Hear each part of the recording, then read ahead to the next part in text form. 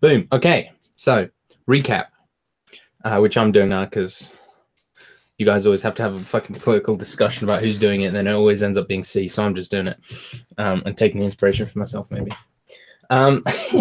So last session, you escaped Vildalorn after the Brask worm, killing the Lindworm and arguing with a fish. You met Cavalier and the Raven, as well as the gambling trolls who'd been playing a game for many hundreds of years. He had the Gambitine, a legendary wand that Byron noticed. He asked them to find him some Ashmani pipeweed, which is, quote, I'm quoting myself here, I guess, but like the combined effects of coffee and cocaine. He gave a little bit to Remy, as well as a soul ember, which contains the enslaved soul of a powerful creature for him to control, I guess. He fought and probably killed Burgadish, the Goblin Witch, with the hots for Byron, and she left insanely overpowered and oversight on the DM's part.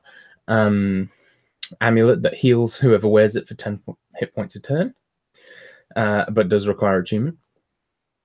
You made it to Orithil, the dead city far to the north, where you met Engelhart Falsafiren, a rogue and a liar who tried to trick them, as well as seeming racist, towards Remy before Byron and Elishan disagreed on how to treat him. I guess Byron and everyone else disagreed on how to treat him. And then they left him outside of the city, hurriedly pulling on his clothes in the snow because they stripped him. After I thought Rose was with me on that personally, but okay. Yeah. Well, so I don't know. the clothes. Remy now. Yeah, Remy and Elishan were trying to torch the guy, but the clothes thing actually, I never actually said I said I was going to take his stuff, but I never actually took his clothes off. It was kind of like, oh, Rob's like, oh, you took his belts off and like went through his pockets and stuff. Yeah, well, maybe.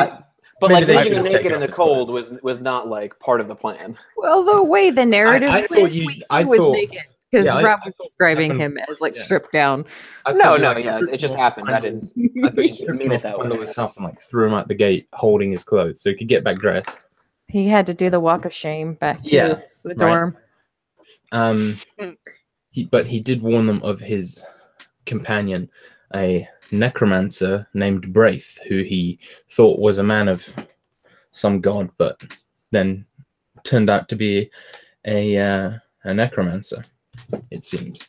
So, you're in this city, Orithil. Grey stone buildings crumbling, large suits of armor just lying around, decrepit and falling apart. Huge vaulting towers on the far side of the city. And everything in the city is quite tall. You kind of feel like you're slightly too small for this place. As well as this huge crackling blue dome that sort of encompasses and blocks in the great library of Orithil. Is huge. The building and the dome. The building looks ancient but perfectly preserved. The architecture looks the same as or similar to the rest of the city, but everywhere else in the city is crumbling. This place is not. The blue lights kind of flicker as the magic is slowly fading. At first glance, it kind of looks like a church with high spires atop a rectangular main structure with a green ceiling or a green roof. It's very, very large, much grander than your keep. You know, you'd think your keep could probably fit inside it. And it's made of the same grayish stone as the walls outside, but the roof or the windows are kind of these ocean blue windows or ocean blue glass on the side. So this is the library you're describing? Yes. Okay. Within the dome, which you can only kind of see the roof of because it's right in the center of the city. But you can see that the dome isn't a perfect dome. There are these weird sort of shoots coming off of it, almost like branches of a tree. There's 3 of them that appear to fall at 3 certain places within the city. As though Byron and Elishan probably think that these are places generating the dome. The streets are cobbled and pretty filthy. You can see that there's sort of rats and birds and bats kind of making their homes in a lot of the buildings and stuff nearby. Spider webs galore. This place has been uninhabited for many, many hundreds of years, it seems. So it's like a magical dome? Yeah, so the dome is like pure crackling energy. Think like Hogwarts when they're, resealing it. It's sort of this crackling blue dome that, like, you see kind of certain spots near the top there's gaps and they're kind of sealed up, and then a new one opens because the magic is very old and kind of fading. And on the suits of armor and stuff, are they like humanoid shaped, like our size? They are, but the average height is probably like 6'5", 6'7". So it seems the people who lived here were just taller. And is it like just one? We know that there was like a war here, so is it just like one side's armor? The suits of armor are like these big plate, full plate suits of armor with the kind of grey barding of Orophyll. No, barding's horse armor, isn't it? I don't know. The great tabard. That's what I'm thinking of, right? The like whatever the vest thing. Tabard is yeah, sweet. But they're all kind of falling apart and kind of icky looking. But yeah, there's only one. It looks like there's only one side of one side's armor here. So Remy, but while everyone's sort of gathering themselves and getting ready to head off into the city, Remy is gonna kind of like walk up to Hux and sort of grab him by the tunic and pull him aside. And as you look at Remy, you can see his face is like a little pinched, like he's trying to like bite back some kind of emotion. And he's gonna, without looking you in the eye, just say, "I ain't no murderer. And I want you to know that." Byron looks at you for a moment, like trying to read what's coming from you, pinched expression and stuff. And he sounds as genuine as he ever has, at least, and goes, "I don't see you that way. Just know that if you chain a man to a gate in this weather, it's going to be, he's going to be deceased sooner rather than later." Well, I was just trying to scare him, I think you succeeded. Well, we don't have to talk about it too much. I don't really care. And I do just, I'm a killer, but I don't do murder. I understand the difference, and it has saved me numerous times. All right. And he kind of gives you a smile. Remy just like looks up and like gives you like a really like awkward forced smile. Sorry, I made fun of you. And he just kind of shuffles off. He smiles after him, understanding. That's it. All right. So I guess similarly, after like Remy talks to Byron, Elishan will kind of come up to Byron as well, and just kind of all like nervous and awkward, but she'll kind of like, I need to apologize. I'm sorry for snapping at you. I was frustrated and upset, and I shouldn't have taken it out on you.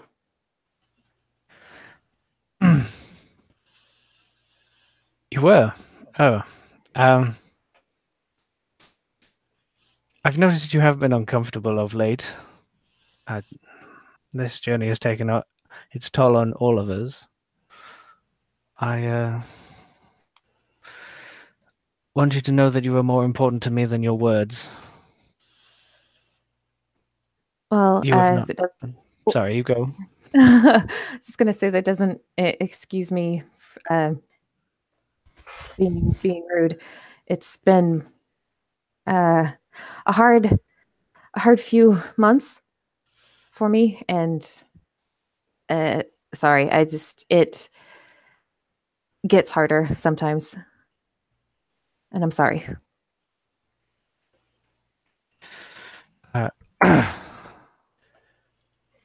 Byron is kind of processing that. Nothing to apologize for. We all look out for each other. I didn't want you to go too far with that man. Yeah, I got a little overzealous. I was trying to not be so trusting like you were telling me, and I don't know, it's just, I didn't want to have another Amon happen, and well, I didn't have a good feeling about him, and then he turned, whatever. You know what he did. Yes. I mean, your trusting nature is part of who you are. I was just trying to temper some of it. Due to Amon and due to the weird creatures that we came across in that wood. But I didn't want to see you go too far the other way. Balance is something that I struggle to achieve. It's humanizing to see that others do as well sometimes. Definitely. He reminded me of someone that I know, and I think I may have let that get to me. I've known too many people like him, the types that use words and courtesy to get what they want when, pretending to be nice.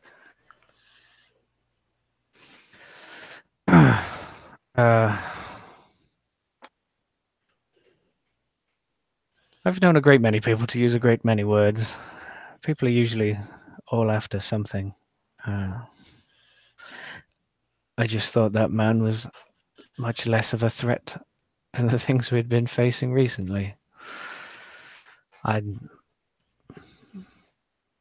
It is a shame things went down the way they did. Perhaps. Sorry, you keep going. Go. No, go ahead and finish. It's a shame things went down the way they did. And they could have been worse. And that would have been on me. But I'm glad we didn't make too many mistakes that we will come to regret. Either having him in here with us or, him not around anymore either. This compromise I can work with. Elishan just nods and says, I wouldn't have felt comfortable with him here with us. In my experience, sometimes the most dangerous people are the ones who are overly polite and charming. He takes a moment and he kind of I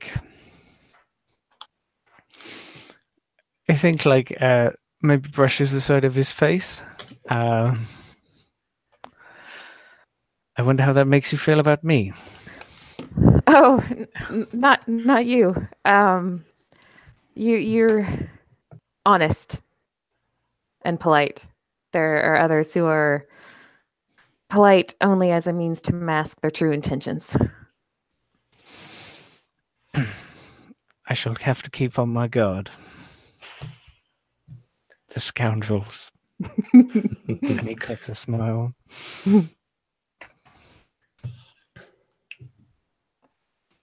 Well, what's everyone else doing while this conversation is being had? Remy will walk over to Rose and offer her a nip on his flask. Thank you. Of course, always. Cold out here. This will warm you up good. Thank you. Do you think we should get moving soon? We've got a potential enemy in the city. Whenever those two are ready, I suppose. Whenever Dog Boy's done looking at himself. You hand, as Rose hands the flask back, you just see Crean's hands follow it back to Remy's hands, like a baby, and then he just kind of looks at the floor. So Remy's gonna hold it back from him and shake it a little bit. How old are you exactly? Green is 89. I'm gonna go ahead and insight check that. Shit. I was going to say you don't need to. But He's full of shit. Okay. kobolds do not live that long. Well, lucky for you, drinking age in the hills is 5. And I'll head in the flask. Green's not 5. Just FYI. Yeah, he'll like way too fast. Oh, that's enough of that. Thank you. And then I'll call back to Byron and Elishan. You two done making eyes? Let's go. Seems like we are needed. Duty calls. Duty. You just hear that little chuckle from the distance. So we convene. Remy will start off. We're going towards that shiny dome, right? I have reason to believe that that dome is supplied by 3 points, and he points them out. We may have whatever is protecting the dome inside. We may have a time getting by if we don't deactivate them of a sort. And he points to the roughly where the origins would be. However, if we are to deactivate them, we may also allow the necromancer in if he hasn't already got in himself. Well, I'll keep my eyes open for necromancers. Is there one of the spires that are feeding the dome that is like closer than the others? So Are they all kind they're of not equidistant? spires. One of them actually you could probably see is a spire, a large pointy tower. But the other two appear to come down like below the level of the roof. One is at the very north side of the city, one's at the very west, and one's at the very east. And you're coming in the south entrance. Okay. But are they So all like east and equidistant? west. They're Are they all- equidistant from the library, but east and Okay. west would be closer to the library. Okay. Spire? Or close, sorry. And the spire is the one at the north. It's the north one. Okay. So we want to make our way to which one first? Well, if we're like we're directly south of them, so the west one and the east one are both the same distance Yeah, right although, now, or like, is there one closer? They are the kinda- same distance. But if you Okay. go to one of them, the north one would be closer from that one. Yeah. So the fastest way would probably go like either west or east, then north, then the other one of the west or east. Yeah. Go clockwise, counterclockwise. Yeah. Well, Mr. Chair, I'd say we go left. go left. Be- Always go left. Always Nice. go left. You can't see any signs, can you, Remy, of anyone who's been through here? Any movement? I'm just. I don't know. Let me see. Remy's not really much of a tracker. Yeah. Arthur's like holds out his hands like Oh. but over Byron's shoulder, he's like, oh, I think Fido might be better at this. Sorry, force of habit. I imagine like he had Remy do most of the scouting through their previous adventures, so it just. Sure. He's probably more of a. I don't know. Maybe Byron's even better at it, but he just. I have zero modifier to survival. So Yeah. Okay. So Byron was better at it, but he probably let Remy do it anyway.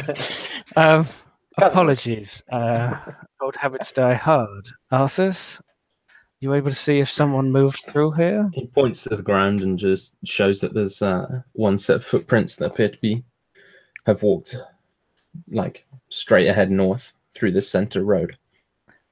Am I to take it that the library and the dome are on that route? They are, yeah, along that route. Is it You worth? you kind of, I guess, just because you sort of know things, you kind of get the impression that the city is a circle, and there is a like plus sign of 2 big roads in the middle. The library sits at the center of that intersection, that crossroads, not quadroads. Crossroads, fucking crap. And then the pie slices are like smaller alleyways and smaller roads. And what time of day is it exactly? Mid-afternoon, I think I said. Yeah. You arrived like 2 p.m. So it's probably like quarter past, half past. Can you imagine our friend outside had been out there not that long to have not given up.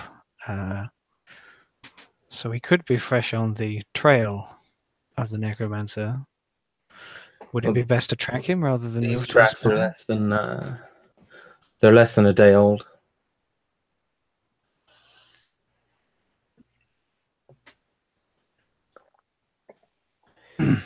If we track him, are we prepared to fight? Or talk? Whichever you guys decide to do. Is a necromancer tougher than a lick? Depends on how strong the necromancer's magics are, but So he's some kind of magic guy. yes, similar to a lich in a way. It's just he's not dead yet. Well, that's a good choice of words because he's about to be.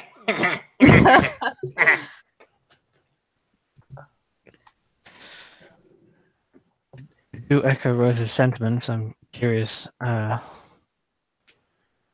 What do we feel ready to take something on? I certainly haven't taken any I don't know, any wounds. Yeah, Remy's fine, but I'm sure spellcasters might need some spells back or something.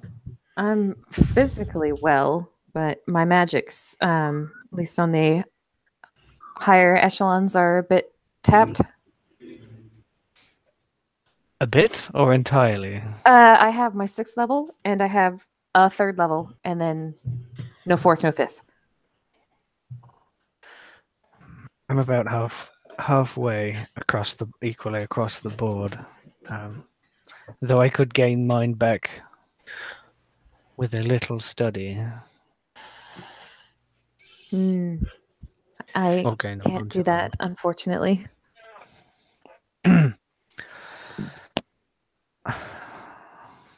If we were to rest for a full 8 hours, who knows how more prepared the necromancer might be than if we strike swiftly. How do the divine powers fare, Rose? I've used some of my resources to get us to this point. And then obviously with the Sun Elf.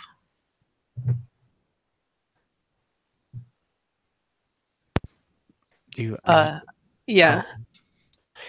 I have like 1 first level, and then I'm out of 2nd level. And then I've got 2 3rd levels, and then my 4th, my 5th, and my 6th are fine. Okay. Dylan, roll me a d4. 4. Thank you. I would be worried about giving him too much time in here ahead of us. Is my concern. Has it been more than 8 hours since the lindworm? No. No? Okay. So we still have that. It's been like 4 hours or something. Okay. So we still have that 4 HP and the +1 to the AC from my spell earlier. God damn, this spell's dead. Is that temporary? Yeah, temporary Yeah. AC bonus. And temporary hit And points? temporary hit Yes. points, yeah. You said 4 HP and 1 AC? Yeah. You didn't take any damage during any of the fights, No. did you? No. Yeah, then you should still have it too. Okay. Cool. Yeah, Remy did the classic, like, hero dodging the spike as they're lying on their back, roll out the way maneuver, so he's fine. Okay. God, I'm such a badass. I still have mage armor going. Oh, wait. Yeah, you do. Didn't you take damage from Burgadish, Dylan? Burgadish? Which one was It's a that? goblin She's a creature. Goblin. Oh. I don't think so. think she might have got you with something. Oh, well, if you haven't got it written down, I trust you. I don't think she got me. I don't think she did that much damage anyway. She just almost controlled everyone. You know. Oh, She that's got me with a spell. Yeah, oh, that's that's what right. it was. Yeah, okay. And then Cool. she targeted you the most after Byron, She did, yeah. and then I missed. did try to kill her. Yeah. Who has the amulet? I have it in my bag of holding right now, Mhm. but it requires attunement, so we won't be able to do anything unless we take a short rest. Indeed. I mean, Well, what's the plan? Who needs a nap? I understand that we don't want to give him any more time, but also I don't want to rush in with our resources depleted and risk someone's Well, life I mean, because of that. we don't know this man is necessarily our enemy, right? I mean, he's a necromancer, whatever that is, but They raised the dead. okay, well, that's gross, but I mean, it doesn't mean that he, if we let him do his thing, maybe he's got nothing to do with us. Maybe, but that's Um, a big if. I think it's more than a coincidence that a necromancer would show up here right around the time we discover that the Brotherhood of the Last Flame might be interested in this place. Ah, I see. So Oh. I would worry about trying to go after those waypoints that's powering the dome without all of our resources as well. Well, if we bring the dome down, doesn't that mean he can get in too? Mm-hmm. Why don't we try to find him first? That was my suggestion, yes. Using the tracks at our disposal. Well, let's do that then. Find him without risking. That's if we don't find that he's already inside the dome and that the dome has somehow come back up again. Which, if he is, then it may take us longer to get in and maybe then we'd be rested. But I certainly don't want to be responsible for connecting a necromancer to his forbidden totems and the like. Well, right now he's an unknown element, which means we gotta find him and make him known. Mm-hmm. So it Remy's might not gonna pull out his swords and say to Arthas, You think you can sniff him out, Arthas? He shrugs, You think you but can he doesn't. try? He doesn't shrug like. "Oh, He shrugs like he genuinely doesn't know. oh, okay." Maybe I'm not. This is actually the first city I've ever been to. Well, I mean, can you pick up any smells you don't recognize? That seems like a fresh person. I mean, I'm not an actual dog. I don't But- know. This whole place just doesn't smell great, does it? No, it doesn't. I smell the same as you, mostly. Oh, I don't know. I thought you were like a dog boy, so maybe you got a good sniffer. All right, I mean- never mind. That's fairly accurate, but you know, I'm probably better. No, I like, I hate talking to this guy. or we could follow the footprints. I'm just gonna throw that out there. Well, yeah, I know, but I mean, maybe he uses some kind of magic to make his footprints invisible. I don't know. Now, if that happens, then we can tackle that problem when it presents itself. Okay. Well, let's follow his footprints then. One moment. Can I... What I think is that I left Minerva back at the keep just to watch over things, because that's something Byron's done. Sure thing. Maybe didn't want to bring it into the wood in case it got disrupted in some way.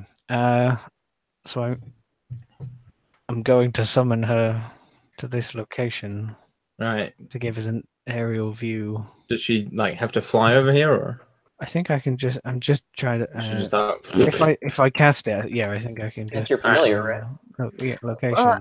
As an action, you should be able to dismiss her and resummon her to where you're at, right? Yeah. You. Or is that just the warlock version of it? That's all the same spell. No. Warlocks get a little bit more. Yeah, warlocks. The warlock version is OP. No, I say OP. It's more powerful. It's MP. Can we get like out of the middle of the street here though? Sure. Like, are we like standing in the middle of the road discussing all of this? So you can summon the familiar, but only if you've already shunted it to another dimension, right? Like it goes into a pocket dimension, and then you can pull it out of the pocket dimension. I don't think you can teleport it across the world. That makes sense. Can I not? I mean, if she flew Dismiss it. here, you reckon When? it would take like half a day. I can't dismiss her from her current location wherever she is and then reappear her here. You could just recast the spell, and then that would bring her here. I think. She would essentially, her form would disappear, and you create a new form for her. Yeah. Yeah. If that's what you meant, then yes, you can do that.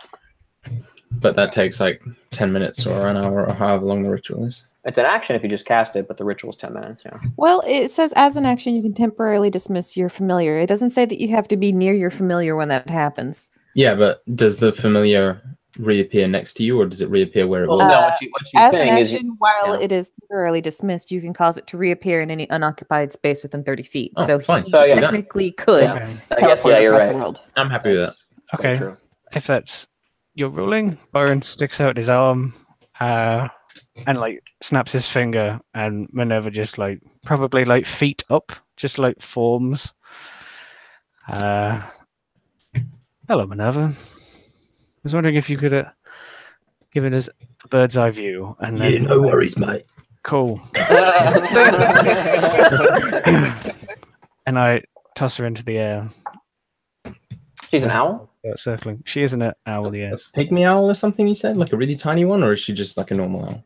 Or she is Snow Owl. I'm picturing Snow Owl because Because David Bowie. Anyone can picture whatever owl they like. How about that? Katie's an illusion wizard. She appears as a different owl to everyone who sees her. Aww. Only Byron knows her true form, Oh. which is a I like small Cockney geezer. Sure, yeah. Yeah, so I throw up into the air She's- so she can hover around I know. and get like a street Google Map view of Yeah. of Orethill. So Wait, real quick though, is Cockney still a thing in the UK? I thought that was just for like, grizzled 1800s Cockney's like a- flower vendors. type of person from an area. Yeah, it's Oh. also like a rhyming slang language, which some Say of after London. Right, Yeah. Cockney I understand as like an accent and Yeah. like a syntax. Yeah. but it's also Saying a someone's a region. Cockney is It's a like place. saying Oh, someone's like saying someone's a I don't know, New Yorker kind of thing. Oh, okay. They're just the people. Got it.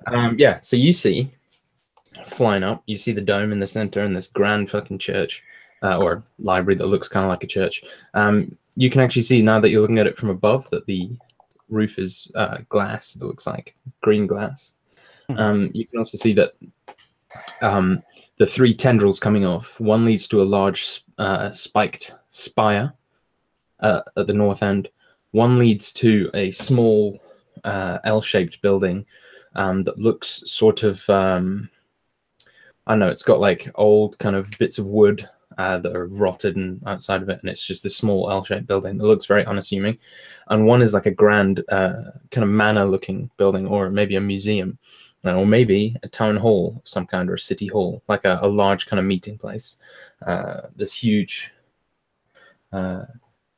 building that's, I mean, it's huge in comparison to all the other buildings around it, but it's still tiny compared to the library. The L-shaped building, is that to the west and the Grand Manor to the east? Just to give yeah. a direction? Yeah. Or no, the Grand Manor is on the west. Or the Okay. what am I saying? Yeah, the tower's to the north. The manor house is to the east. The L-shaped building is to the west. No, oh fucking hell. I got it in my notes. Manor's the west. The small building It's the east. is the east. Because Okay. it's because I'm having to think to not use the like names that you want to know. Which I almost did, so I guess you could probably guess what it was, but oh well. Yeah. You know what I'm trying to say. So Are you also gonna try and have a look for someone necromancy?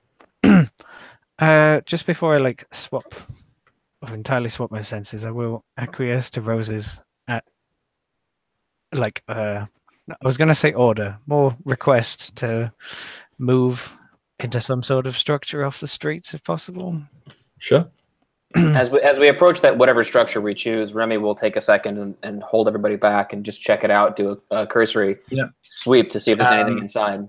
Looks like a building that used to maybe be a smithy, but like a really simple, basic one. There's like an old rotted anvil that's kind of lying off to one side, and inside there looks to be some like old weapons and stuff, but it's mostly destroyed. Nothing moving. No. Okay. Summoning Viridian. Coast is clear.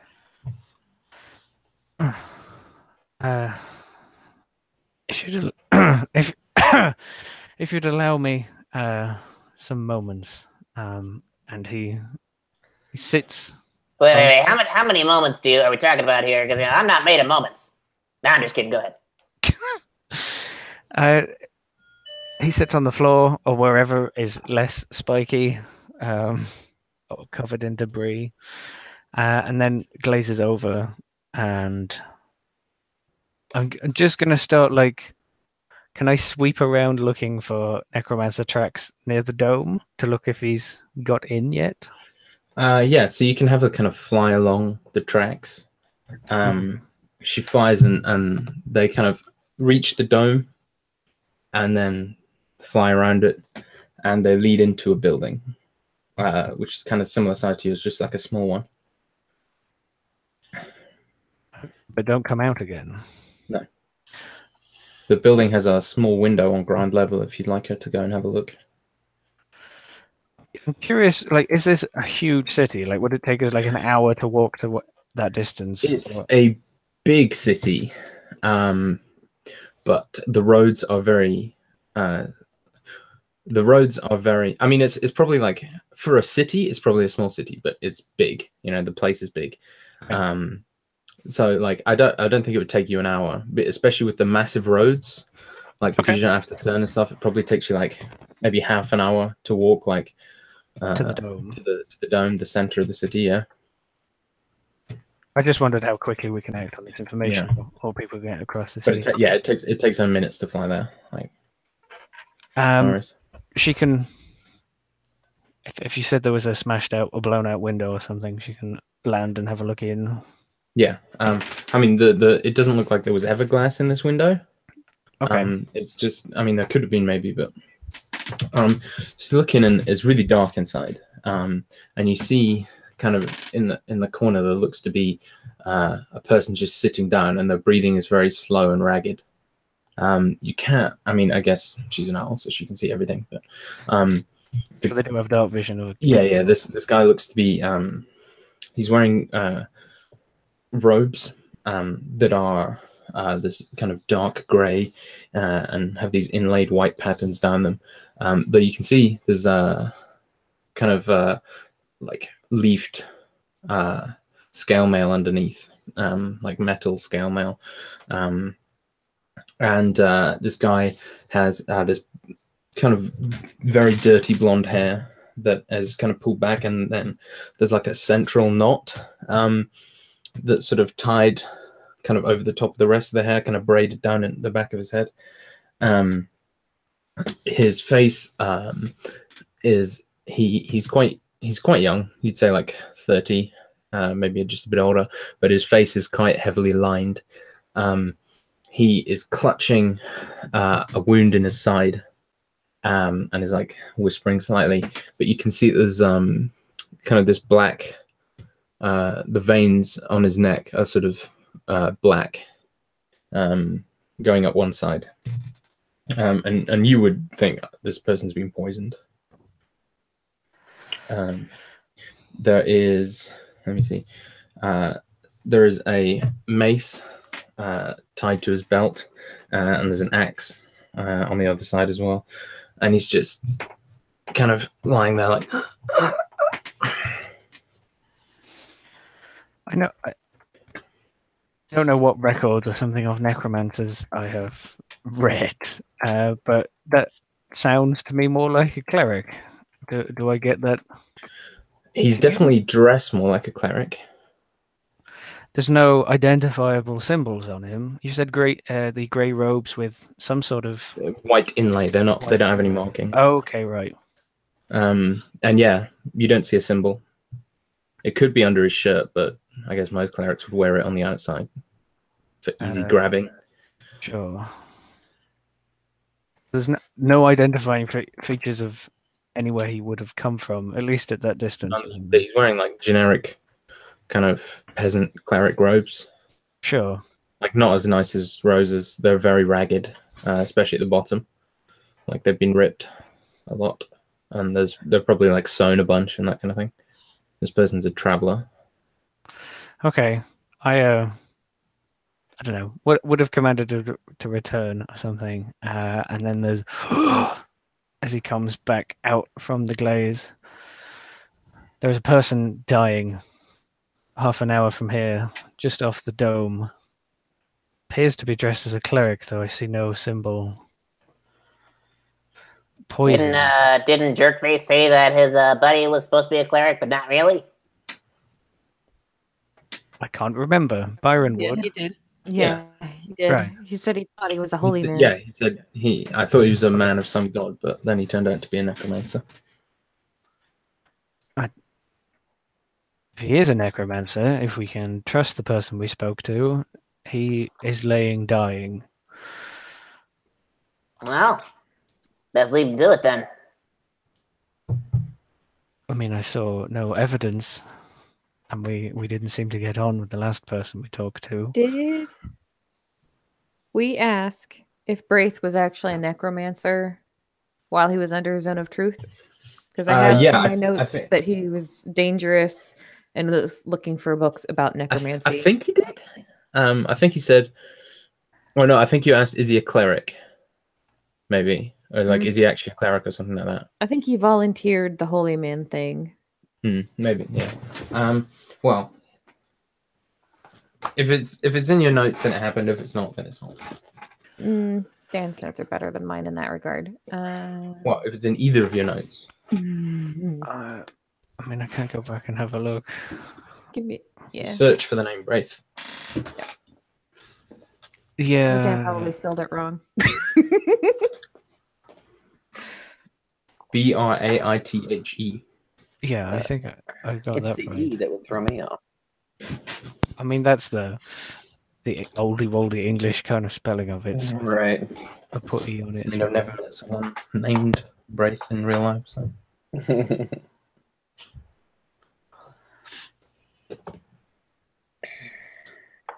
Regardless, Byron would turn to Rose.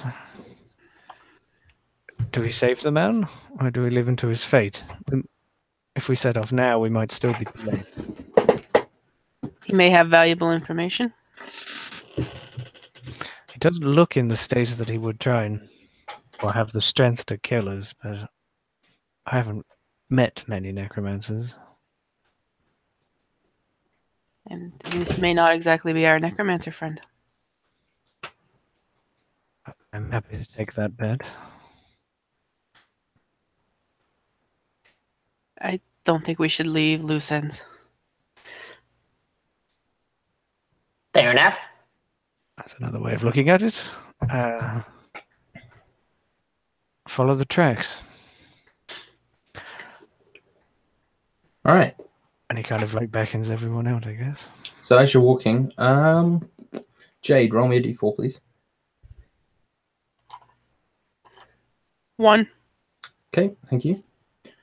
So you keep walking, and I'll take perception checks for everyone as well, please. Which days? Ooh. 12. Shit. Nice. In 11 plus 10 for 21. 22 for Rose.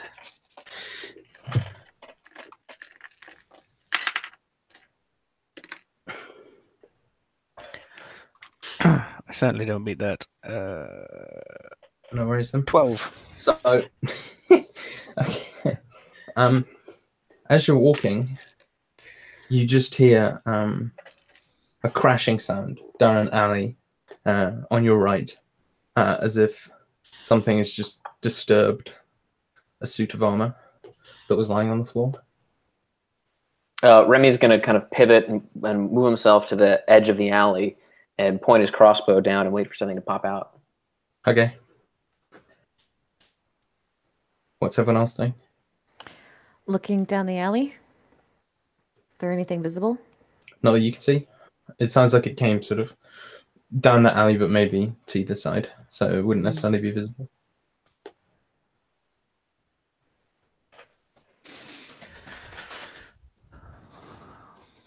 Do we push on, or do you wish me to check it out?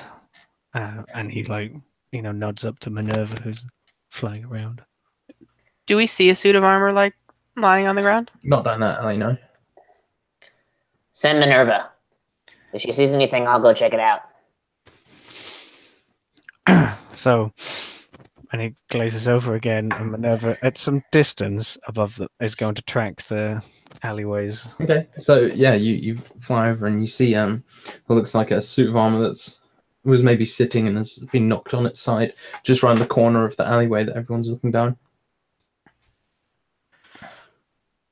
If someone had leant up against it accidentally and knocked it out. Yeah, or like kicked it or pushed it or something, yeah. I can't see from the bird's eye view. If they're not on the street, does that mean they have gone into one of the buildings? You would presume so. Yeah. I'd pull out of it. I think they've taken shelter in a building, whoever they are, or whoever it is. They're no longer on the street. Or they might be invisible. All that? Well, if we're not leaving loose ends, then we better go check it out. Yes, but if we, if that isn't the necromancer, anytime we waste might, lessen our chances of being able to save that person that Byron saw. Remy shrugs. Then we move towards the person. If you say so. All right. So Gonna you be head. keeping a closer eye on what's going on behind us, just in case seeing anything, if anything moves, Sure. sources and stuff. I'll take perception checks then from everyone, but Elle. Dang, everyone but me. 23. Because you're looking backwards, and this person is not back. 23. Mm-hmm. God damn it! All right. So everyone's kind of looking, and you see that there's a door right next to where the armor's fallen over, Remy. So you assume that the person probably ducked in there. You step in. And you're kind of looking around, and there's a few sort of bits of ruined kind of material, and this just looks like a person's home that was around 300 years ago. And then you just turn and you see like hiding in a corner, literally just not behind anything, just standing there, is Engelhart. I'm gonna shout out his name. I knew it. Remy's going to shout out, You son of a bitch! Wait. He holds his hands up. What the hell are you doing back here? How'd you get over the wall? Just kind of did. That's a bullshit answer. Yep. I guess you don't like your fingers very much. Give me them! I'm going to walk over and grab him by the hand. I'm gonna fucking cut your fingers off. Get down on your knees. No. Okay. How'd you get over the wall? Come on. No. Please, ow. Yeah, there's a hole in the wall around the corner. And you just found that? You were waiting outside for us to show up, and then you found a hole in the wall? Yep. God damn it. I'm going to grab him in a pinky hold and drag him outside. Look what I found! You hear his pinky crack under the pressure. Basically, I've got him in like a little judo grip. Yeah, definitely. Hi. Ow. I thought we told you to get the hell out of here. Yep, but there's loads of books in there, and I really want to read them. I kind of look over at Byron like, Well,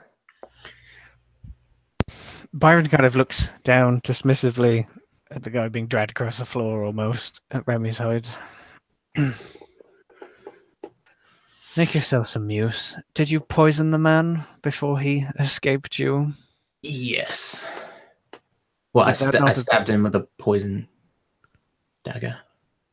Would that not have been pertinent to share? I mean, I was under truth.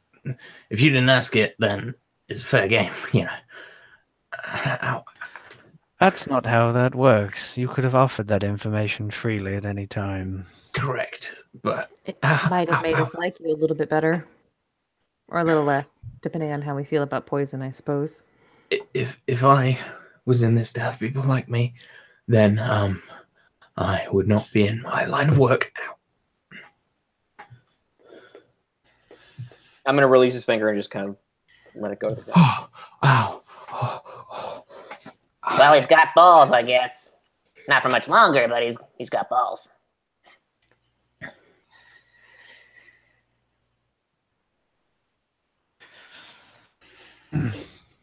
He slowly begins to stand up. Don't stand up. All right. Look, I am a studier of languages, and I'm a bit of a thief and not very personable. So, look, that's who I am, and well, I'd appreciate it if you just sort of ignored me and my existence and let me go. Forgot that you that you lied to us, and Yep. then forget that you tried to attack one of us, and So you've never lied to anyone? All of that, the morality of all this is sort of a side issue, you understand? Point is, we're on an important mission that has lives at stake, and you're a piece of shit thief. So you're gonna stay right here. And then I'm gonna sock him in the gut. And I'm gonna start tying him up. And I'm gonna go through all the pockets. I know where all the shit is at this point. Yeah. Take his thieves' tools, take his blades, leaving his clothes on. And I'm just gonna drag him into a room and shut the door. And say, you're gonna stay there until we come back for you. And then when we're done, you can do whatever you want. That's fair, but Okay. if I do get up and go and leave and you don't see me, that's fine, right? Well, hey man, if I don't see you, I can't kill you, can I? Good point. All right, I'll stay right here. Thank you for not cutting off my balls Well, they're still young. yet. Do I believe that he's going to stay there, or am I like he's leaving? Yeah, he's I leaving. would like. I'm not going to make you roll insight for Yeah. that. Well, can I? Just ask I mean, about escaping. I basically, I'd like to time. I'm using like all my 50 feet of rope to basically make him into a little cocoon. Yeah. And I'm taking away all of his tools, so he can't try to cut his way out. That's fine. I mean, No, if this you is keep Rob them with talking. us, at the very least, we'll be able to, keep an eye on him. That's true. I can't steal from you if you're watching me. I'm just, You see, Remy, that he has loads of potions on him when you take his stuff. Yeah. Just of every kind, like healing potions, poisons, like weird ones, invisibility ones, all that kind of thing. We're gonna hold on to this for insurance. Fine. Don't drink the red one. Fair enough. We're not gonna drink any of it because I don't trust you, like I said. Right. If I come back and you're still here, you get him back. Okay. That's fair. It's really cold. Can I have a blanket? Ugh. Remy's gonna go into his bag and pull out a bedroll, lay out a bedroll for him, throw a blanket, drag him onto the bedroll, throw a blanket over him. I kind of look up at Hux like, You happy? He's nice and cozy. You want to tuck him in? Brian just like shakes his head.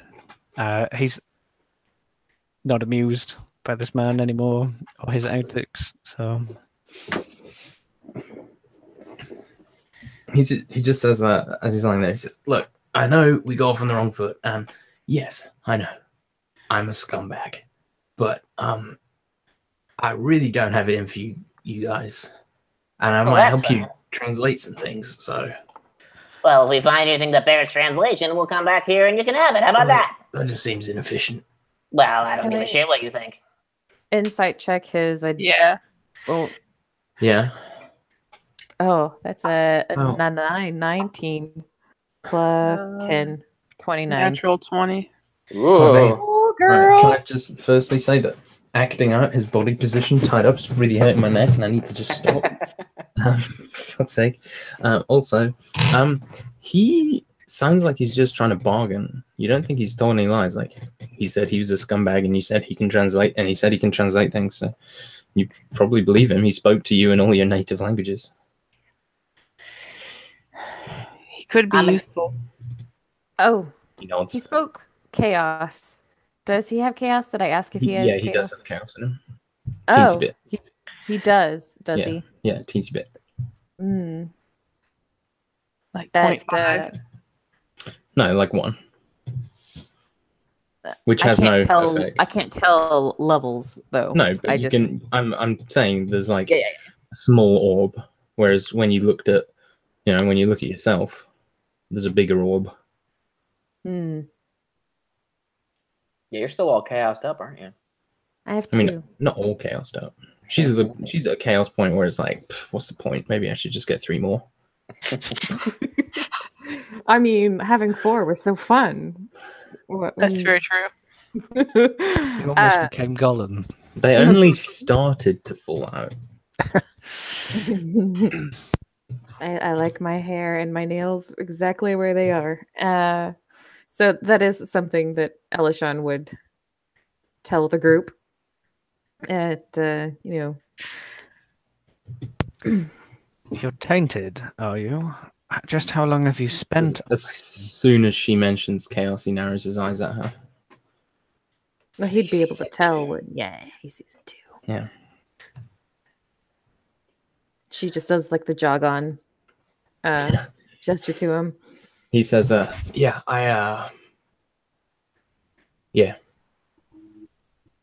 Well, we won't hold that against you. Not like all the other shit. Okay. So, Rose, you So- think we should bring him along? Look, you all could kill me very easily. Shut up. Sorry. Rose, I you think we mean- should bring him? He's bargaining to save his neck. Yeah. He I mean- nods. As long as we're, his key to safety and staying alive, he's gonna do what we say. Or nods. he's going to not stab us in the back, I guess. He half nods. Seems like quite a gamble. Well, okay, maybe not stab us in the back, but he realizes that we could kill him at any point in time, so he nods. doesn't want to risk that. So he'll come along with us until something better comes along. You could keep my hands tied, then I can't even do anything, and you've got all my stuff, so it's like nothing. Well, then what use are you? Well, I could still read without my hands. I mean, Kareen could take a hand. I mean, Crean begins salivating. You can't eat it, though. We don't eat people's hands. What is the point? That's a fine question, my fine friend. Well, my vote is we leave him right here. I think his desire to live and get his stuff back will keep him where he is. Crean puts up his hand when Rebby does. Elishan will look at Englehart, and in chaos, she'll like say something that sounds all like "Vastnist and it's basically, if you betray us, I will banish you to the plane they come from. Make me a chaos save. Yep, Whoa. that's a 6 and an 18. God damn. He just looks at you like, okay, like you see like the facade kind of drop a little bit, and he just nods. Elishan will nod and like turn away from him. So what, is that a vote to bring him along? Rose, you, as she says this, you find your eyes drawn to Arthas, who looks really fucking freaked out by what just happened. Like, well, maybe not freaked out, but concerned. Just for your information. Okay. Ox, you got an opinion?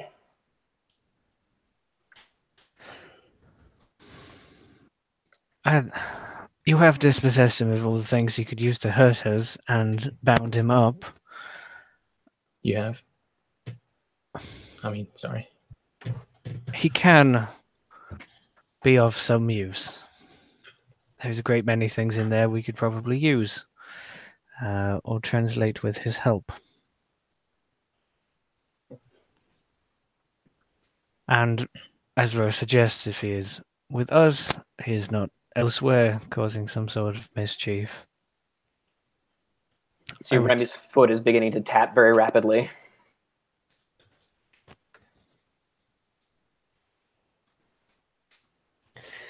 Why don't you hold on to the rope, and if he does anything, then you can do something to him. Could you at least untie my legs and my arms so that I can breathe and walk? Ah! Remy goes over and begins to untie his legs. I imagine like he sort of does it and is still just not moving, because otherwise if he moved, Remy might think he's like trying to escape or something and would just beat the shit out of him. So he just remains in the exact same position until all the ropes are off and Remy's out the way. So I'm gonna keep his hands bound. Yeah. And we'll basically just, that's it. And I'll have a little rope leading from that, and I'll kind of hold on to it for the time being. Sure. And he just says, "Thank you." Don't thank me yet. Just if we see the necromancer, I am going to run away though. Because If you run away, I will probably let you because I don't like you very much. he nods. Fair enough. All right. I'm gonna walk over to Rose and hand her the rope. Just out of curiosity, what poison did you use on him? Oh well, it's a home remedy. My mum taught me to make it. It's pretty high level potion making. I don't know if you'd know it. Pretty lethal? It will kill eventually, but I don't really like killing. It's more meant to put people out of action. I have the antidote. I'm not worried about the antidote. I just worry about whether the fucker's still alive. We've been sitting here yakking with you for He'll how still long? be alive. All right. He also definitely has some form of healing magic, I think.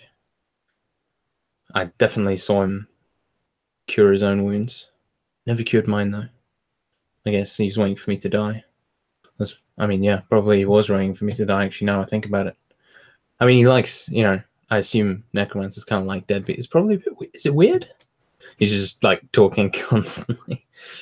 Would I be familiar with what he probably used to cure himself? I mean, there's thousands of poisons. He said it was a homebrew one. If you ask him, he'll tell you. No, I mean what spell the necromancer used to cure himself.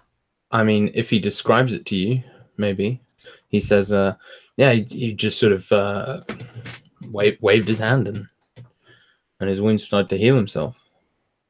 It's weird though, like because when you see a cleric or a paladin or a holy man or a woman use a healing spell, the light's always kind of this golden. I mean, I assume. Yes, am I right? Yeah, for the most part, yeah. Yeah, his was like grey. It was weird. I didn't like it. It kind of freaked me out. But I mean, I'm not very religious. All right, let's go. I'll give the rope a good tug. Yeah, he kind of stumbles and scowls. So you walk for maybe another 20-25 minutes or however long, and the dome comes into view, and you see the highest Byron where he is or was. Remy will move to the door and do a cursory listen to see if there's any activity inside. You hear nothing. And push the door open a little bit. Okay. You look inside and there's no one in there. Where I was told he was? Yep. Arthas, come help me take a look. He'll kind of stalk over, look in the window. It's empty. Well, I know it's empty. Can you find some tracks? All right, calm down. Goes in. He's like covering his nose. He's like, oh, it smells awful in here. He looks around and I can't see any tracks. sort of like steps back outside and begins looking around. And he cannot find any tracks. So knowing what I know about magic men, Remy's going to walk over to the corner where he expected it and just kick the corner. Really hurts. Ah, god damn it! You kick the wall. Arthur laughs. Shut up. Is there any visible footprints outside? No, that's what Arthur was checking. Well, okay. I said he checked inside, then walked outside to have a look, but he couldn't find one. Yeah. Just because he didn't. So there's ones leading in there. I'll walk over to what's the guy's name, the thief? Engelhart. Engelhart. Engelbart, you have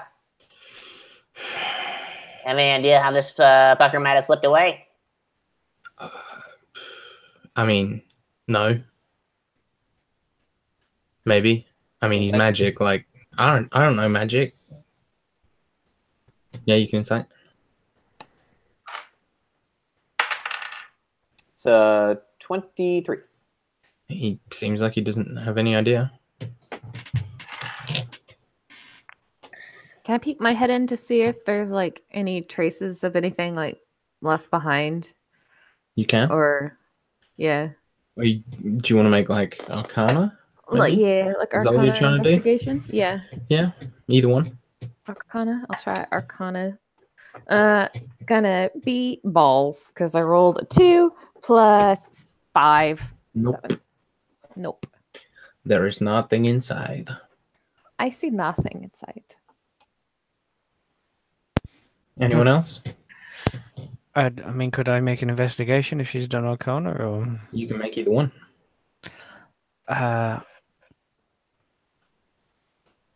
investigation and Arcana are both +9 for me, and I rolled a 15. So Yeah. So you reckon maybe it looks like he jumped out the back window. You can sort of see like scuff marks along the window, and it looks like he moved out there, and you can see a couple tracks out there. Sort of on the opposite side down the alleys, heading east. Good eye, sniper. sorry, what? I said good eyes. Oh, yeah. Sorry, I just moved my chair at the same time you spoke, and I couldn't hear anything. Yeah, so I imagine you kick the wall or something, and Byron comes up to like the window behind you.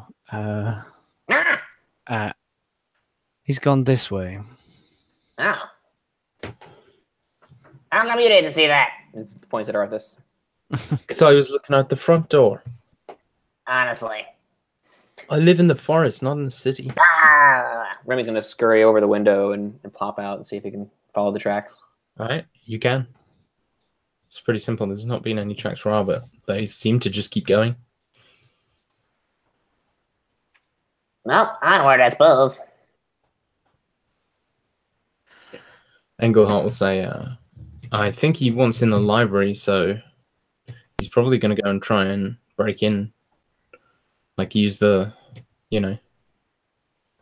Heading east to the L-shaped house. L-shaped building, yeah. Why would you flee out of the back window if you didn't know that you were being pursued? Probably because he knew he was being pursued. So you think the gate hasn't stopped you, is what you... What? Or he can... The only person he knows is here is you. And he left you outside. So does that mean you think that he thinks that the gate didn't stop you for that long? Potentially, or potentially he heard you, or potentially had some way of knowing. I don't know. He's a strange magical man. Right. Well, if he heard us, he can't be that far away. So when we move quickly, we get to him. Byron, do you think he maybe cast alarm somewhere along the street and we missed it? Would we have known?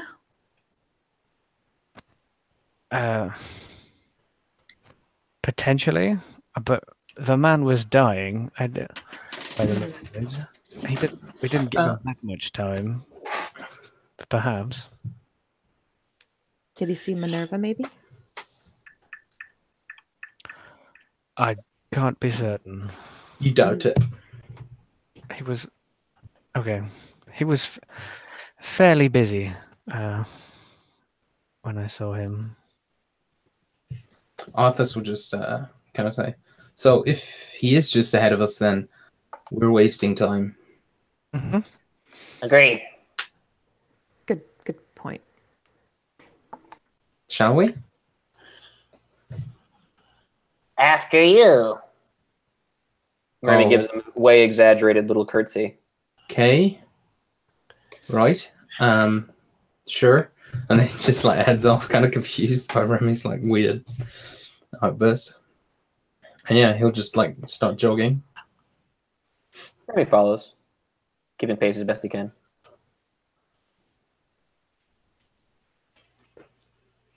Anyone else going? Yes. Oh yeah. Yeah. You have to tell me. I mean, Crean No, takes off, blood in his eyes, like probably already clutching his weapon, like is drawn. All right. So you continue on, and it appears that the tracks you eventually sort of get to where you can see the L-shaped building, and it appears the tracks head into the L-shaped building.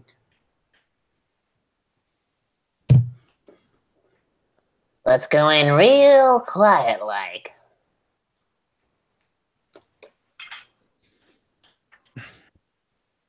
I mean, obviously. Rose says as she clunks down the street. Exactly. Clang, clang. Why don't you hold still for a minute? All right. Remy's gonna go to the door and sort of motion for Byron to come along.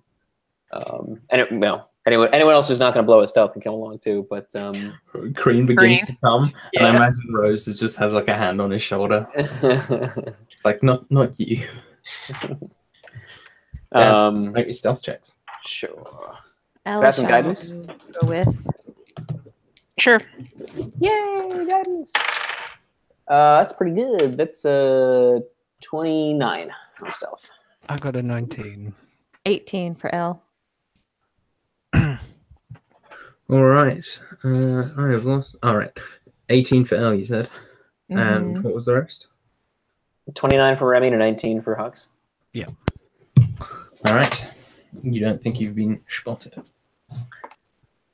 Can you, either one of you guys check for traps, magical or otherwise?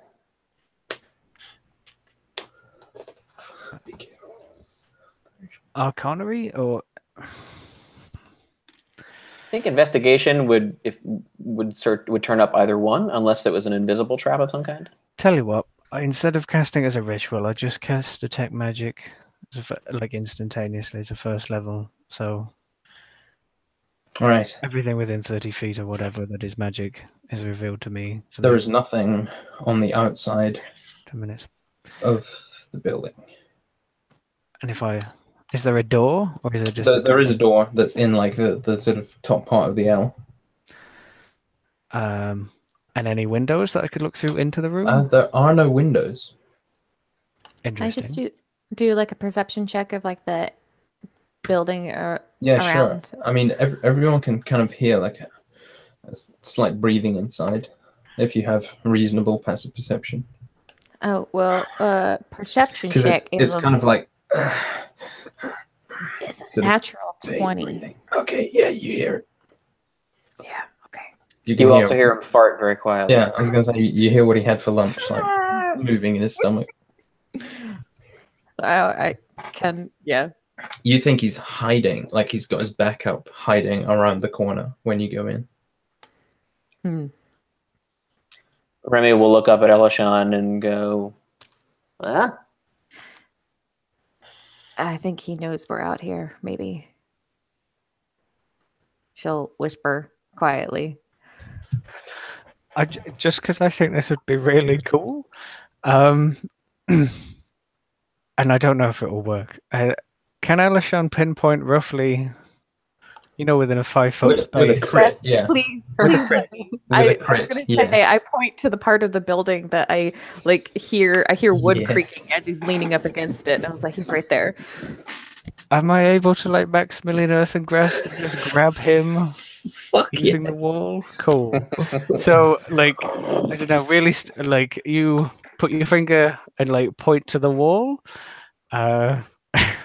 exactly there, and then Byron like smiles a devious smile, and then just does like a hand movement on this side, like a grasping movement, and you just hear the as the wall goes to like grapple him on the other side. You hear a yelp. Make me a dead roll. Oh, he rolled terrible. It's a save. It's a save. Yeah. I was kind of talking to myself. Okay. What does he have to roll? Strength, isn't it? Something like Yeah, 9. Yeah, DC 17, and also he can't. Maybe he can't see it coming, but I should technically be able to see him. But I think that evens out basically. It's cool. Cool. So the wall, I imagine, like turns into the hand. Yes. Just snatches him. Yeah, awesome. And I think that was like the go for like Remy to run in. Perhaps. Sure, Remy will kick open the door. Oh yeah, so he like thinks the person's in there, and then the hand grabs him anyway. Awesome. You can have inspiration for that, Dan, because that was badass. And so you just see struggling the man I described earlier with the dirty blonde hair and the braid and the weird kind of robes and the scale belt, just struggling in the grasp. So Remy will strut in with his swords out and say, So, you must be the big bad necropanther I heard so much about. Don't look so scary to me.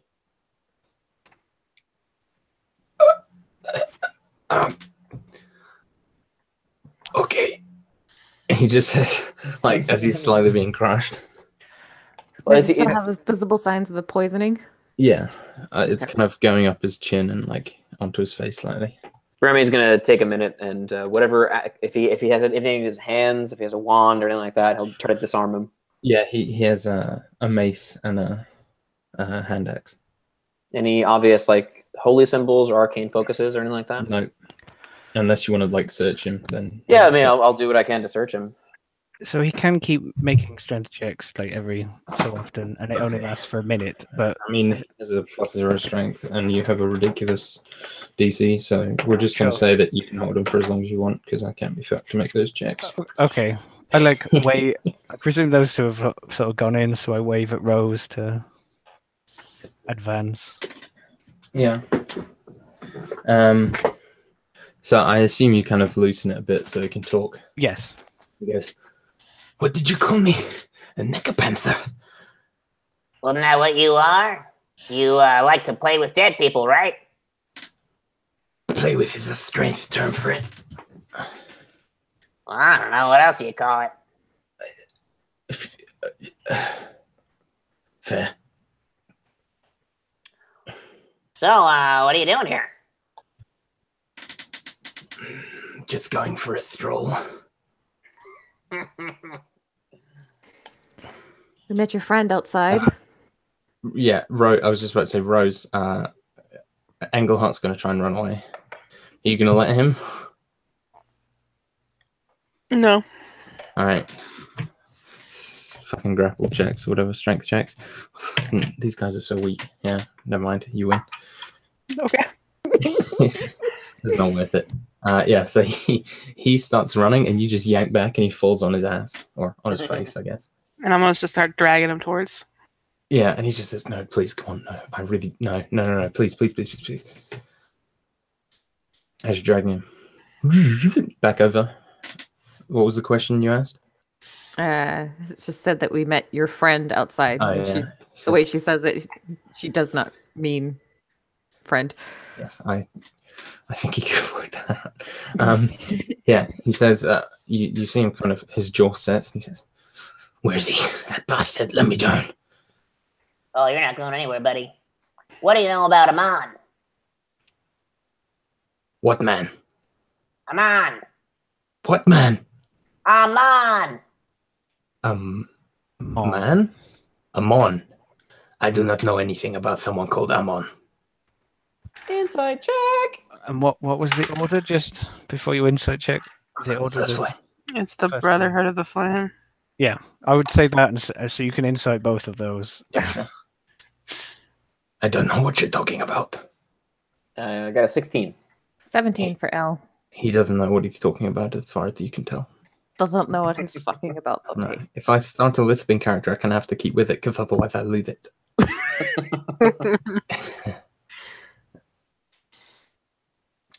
All right. Well, what are you doing here other than strolling? Sleeping. God, you're full of shit. Yes. Rose, you want to do your thing? How much time does he have left? Are you asking Engelhart? Yeah. He is cowering behind you, with you in between him, and he says, "I don't know. Maybe 2 or 3 days." Yeah, he's fine.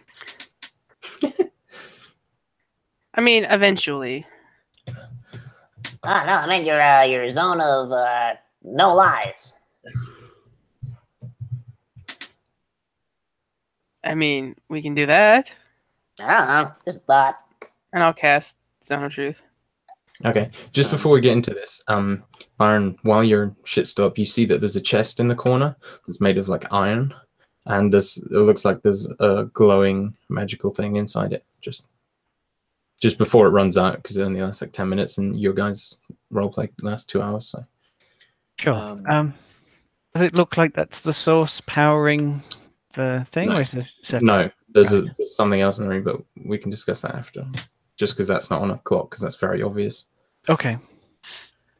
Remy will begin, as the Zone of Truth is being cast, will begin tying up his legs and arms. Okay. So the grasp is released, and he's now tied up. Mm-hmm. And he says, "Is this really necessary? I have done nothing to you, and you have started tying me up and attacked me. So, Well, does that that's seem fair true. to you? Well, Does this yeah. seem fair to me? Well, fairness is not really the issue, you understand? Well, that's an issue for me. I don't give a shit. Well, you should, because otherwise you're a bad person." I'm comfortable with that. Right. Why don't you start with telling us what you're doing here? I am here to get into the library so I can read some books. Did he pass? What was his save for the Zone of Truth? He has not made a save yet. What's the save? Oh, So fuck, he rolled a wisdom natural 2 shot. Fucking... He doesn't even know you've cast it.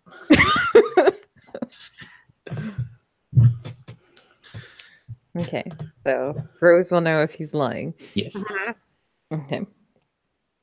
He hasn't lied. He is going. He's just trying to get into the library to read some books. Specific book? What exactly are you looking for? I'm not looking for any books in particular, just books that are around a field that I'm interested in. Necromancy? I mean, not necromancy, but maybe other things as well. What specific? Well, no, hold on. This fucking Zone of Truth and the goddamn side questions. How did you hear about this place? It's not exactly easy to get to. Someone told me about it. My partner. Well, he was my partner.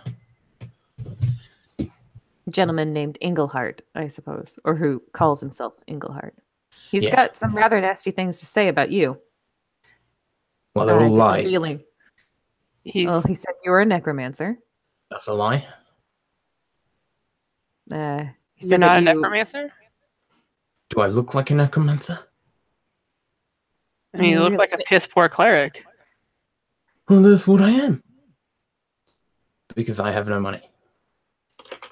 And I am a cleric. Who do you pray to? Kellenvor. I do.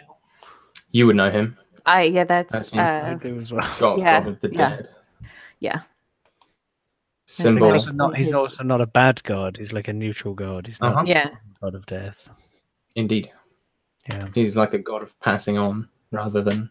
Yeah. He's like the ones that's supposed to like The- he balances your soul on the scales and lets you pass on to the afterlife. Yeah. Damn, I wish I went with that voice for him.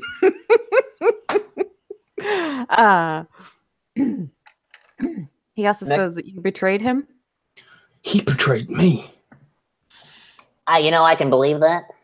Well, you see, the thing is like we did the zone of truth thing on him, and whenever he said that you betrayed him and kicked him out of the city and closed the gate on him, that rang true. I did kick him out of the city, and I did close the gate on him. That was after he stabbed me. Perhaps Angle thought he was telling the truth. Yeah. It might be easy to misconstrue a He cleric is of an insane psychopath who stabbed me because he wanted the books for himself. That's the truth. Is Englehart in the zone of truth right now? No. Like, can we drag him into it? You could drag him into it. Yeah. It's like maybe we need to like have you guys have a sit down and So he's talk tied to each other. Braith is tied up, right? Mm-hmm. Just like his hands and arms. They both Yeah, they are. both are. Braith steps forward and headbutts Englehart. As soon as he's beaten, and just screams insults at him. Does Englehart make his save? Now that he's in the zone of truth. Oh, that's a natural 19. Oh, Yeah. dang. Wait, what's the DC? Because he has minuses, I think. It's 17. He doesn't have that bad minuses. Oh no, he actually has bonuses. He rolled sick on his stats. Jeez. All right. Yeah, he passes. I am aware that he passes. Yeah. And so he goes, "You're lying. That's not." Headbutt. Separate the two children and make them sit down with their legs crisscross applesauce.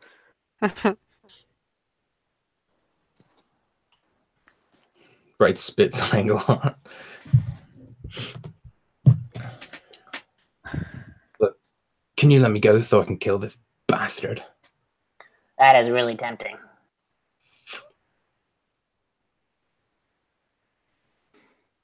And? Not up to me, buddy. Well, can you let me go? And he just like looks to everyone else. What did you find on him, Remy? Did they That's find a good question. Yeah, so you find he's holding a mace, a hand axe. He's got like a priest pack. He has a shield on his back, and he has a holy symbol of Kalimvor, which is like a arm holding some scales, a skeleton arm holding some scales. Any of it magic, as far as Byron can tell? No, that's all he has. Okay. He is a piss poor cleric.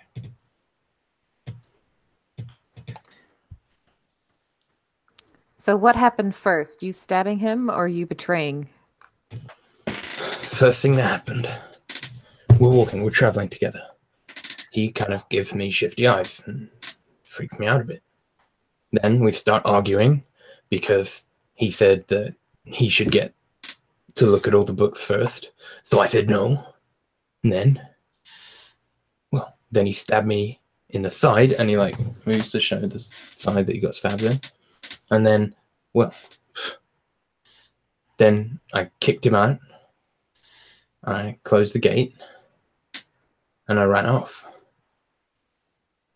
Englehart's just protesting, saying it's all lies. So you didn't stab him first? No. It sounds like you provoked it. Not true. He attacked me. I stabbed him in defense. Then he kicked me out. You attacked him first? And she'll turn to Braith. Braith shakes his head. Lying bastard. See, we know he's telling the truth, Well, Englehart. Rose knows Braith Yeah. is telling the truth. Yeah. But I assume she would have mentioned that, I don't know. Yeah. Yeah. Well, I mean, I could have gone either way, I suppose. Could have, but what did? I already told you. Neither one of you are very good at endearing yourselves. Who is holding Englehart's rope? Probably Remy. Make me a perception check. But it was Rose. I Oh, had it. Englehart. Englehart is Rose. Yeah. Yeah. Make me a perception check. Bearing in mind, we did claim his little rope cutting ring.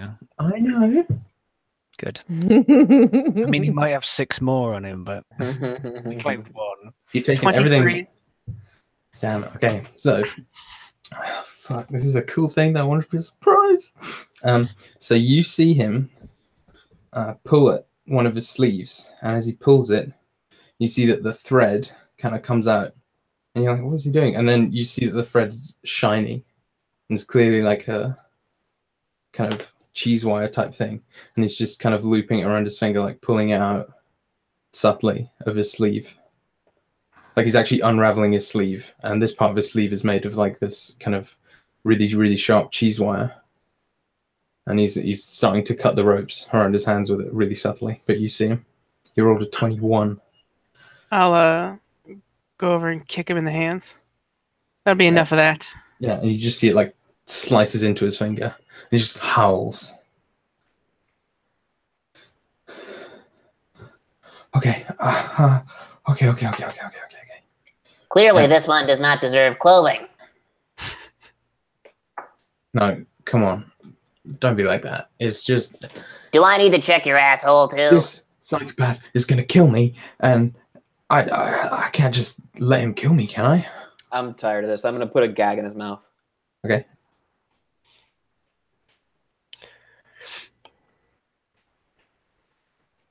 He's lying Wow. about me being a psychopath, but I am gonna try and kill him.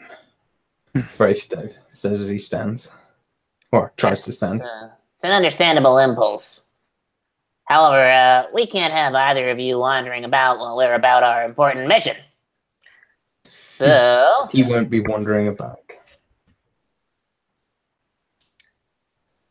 I think we should hogtie these two, leave them here, be on our way. Give me my thimble. I'm gonna kill him, and then I'll leave. Englehart's like shaking his head. Without the books you worked so hard to get? I don't care about that as much as I care about killing this bastard. I'm comfortable with that. And it's definitely the truth that he said. Yeah. Okay. He's gonna say the truth. Aaron says, "You've never worked with this man before. No. Did He's you know he was just dead eye staring at him. sure? You know he was a book thief, stole from the halls of Ivy. I guess. You guess, You may have mentioned it, yeah. right? Is that where he perhaps found the information for this place? I assume so. And you both travelled. Did you travel through the forest, the Vildalone? We got a boat. You sailed up here. Yes. I imagine that's difficult to do For thumb. for some. So where is No, your boat? for a thumb. Oh, for a sub, right. No. Are they still waiting for you? The ship? No. You were to One-way walk trip. back. I couldn't afford it. Right. Curious. He's holding What- out his hands. Give me my thimble. Were you going to keep the books for yourself, or do you have an order you were going to return them to? I just wanted to learn. Admirable.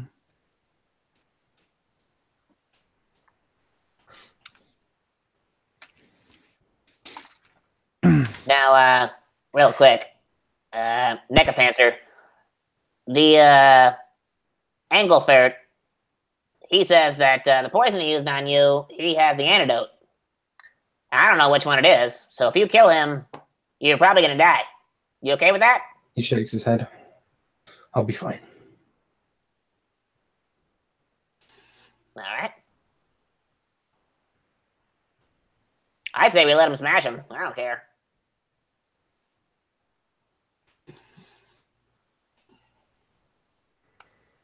You'd be willing to kill him without having a way back home?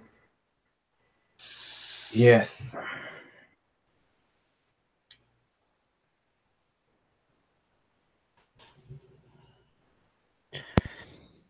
I don't think he'll survive the build alone. Mm-mm. But No. Englehart's like crying and shaking his head. You want to kill him simply because he stabbed you, yes? Yes. And you, Englehart, you stabbed him because you think he was going to attack you, I assume? He nods. I think he's just a selfish piece of shit. Is it worth, if they agreed to it, I could teleport them back to Vyros or to where we came from? Braith begins shaking his head. I'm gonna kill him. You see him like it's almost like none of you exist, and you wouldn't think he knew you were there unless he was responding to your questions. He is just staring directly at Engelhart. Is he touched by chaos? Braith is not. Wraith is not. He is very single-minded though about killing Englehart, and Englehart is fairly convinced that Braith betrayed him first. Do either of them seem like they're under any kind of mental effects? Like maybe they were tricked Englehart into... is not telling the truth. Well, okay, but okay, so... Are they charmed is the question, I guess? Yes. No. This is purely like, you know... Braith probably scares you a little bit. Like, you're like, I've never seen anyone get this, like, furious before. Just, like, with the desire to kill someone exclusively. I have +9 to religion, so fairly read up on religion, even though I'm not part of it. Do I know that, like, what a Kellenvor like worshipper would do in terms of killing a person? Is that allowed, or is this against his general mindset? This is the part where I start making up lore about. Sure. I mean, they see a balance in life and death. Yeah, so it's all about balance. So you know that they're good about like making that balance work in their favor. Okay. So they have control often over the balance, which for a cleric is normally about tipping it in the favor of their allies. Sure. So Like a lot of religious people, they interpret their religion the way that works for them. I actually really like that. Like, there's a balance in life and death, but we just tip it a little bit in our favor when it comes to it. So, and that's actually something like that I got inspired from his abilities, because, like, you know, he's got all these things that, like, you know, if someone's on 0 hit points, whatever, then they like get bonuses to heal them and that kind of thing because they're tipping the balance in the favor. So, oh, is he a grave cleric? He is a grave cleric. Oh. I mean, surely you could have worked that out by the fact that he's a necromancer and a cleric. But I'll just assume that it was my super vague, fluid storytelling. Because I always assume that everyone's complimenting me. So it's not abhorrent that he would seek to murder this person or against his... No. Although he does not seem deeply religious to you. So you're kind of confused. You wouldn't peg him as a cleric. Right. I.e., he's got hell spells that can animate the dead. Yeah. I mean, if he is a necromancer, he can animate his friend after killing him, and then he has control of him.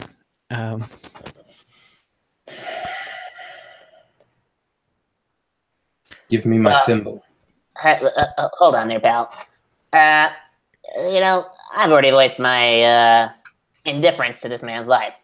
However, you know, we all want to be like a shining beacon of hope and all that hero bullshit. Wouldn't it make sense to maybe, like you were saying, Hux, just ship him back to the keep or something and throw him in the dungeon? For like a fair trial or whatever it is? Yes. I mean, that was my consideration.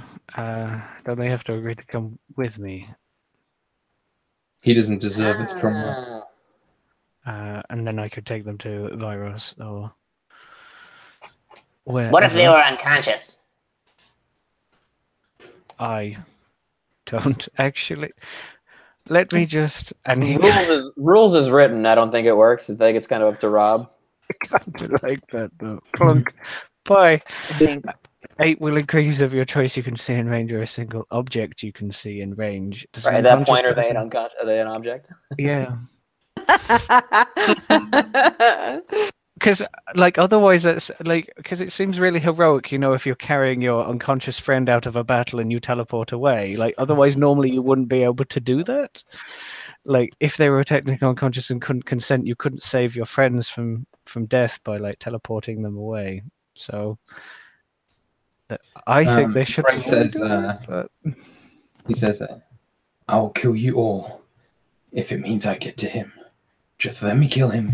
Then whatever happens, you can do." Buddy, that was the wrong thing to say. Just give me my thimble. I mean, you really would kill 4 innocents to get at one man? This man I would. But there's like 6 of us counting. Oh, yes, Other 6. Kree. Yeah. Then I may die. It's really, your anger is worth that? Yes. He like, his eyes kind of narrow slightly as he says it, just staring into the eyes of Engelhart as he's crying.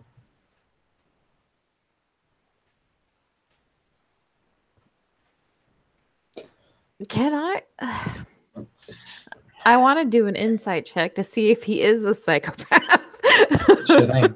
Okay. Like, is he like just temporarily angry, or is he like unfucking hinged? That's 25. You know that last thing he said just after, is he temporarily angry? Mm-hmm. I believe it was unfucking hinged. He's just unhinged. He's a lunatic. No, Yeah. he's unfucking hinged. He's unfucking hinged. Okay. So like, even if we do let him, I don't think he's safe to. I don't think he's safe. His expression just softens, and he looks away from Braith for a second, or from Engelhart. He looks up at you and he just says, "This man has done so much wrong to me, and I just want to repay the favor. I'm sorry about what I said, but it means that much to me." Be the bigger man and walk away. I know that. Well, whatever he may have done to you, it you can always come back from those kinds of things. It's like we're offering to get you away from this place safely for, free, and you wouldn't be like, starving alone in a dead city with nothing but corpses and dust. But if you kill him, I don't see how we could do that. Is it really worth it?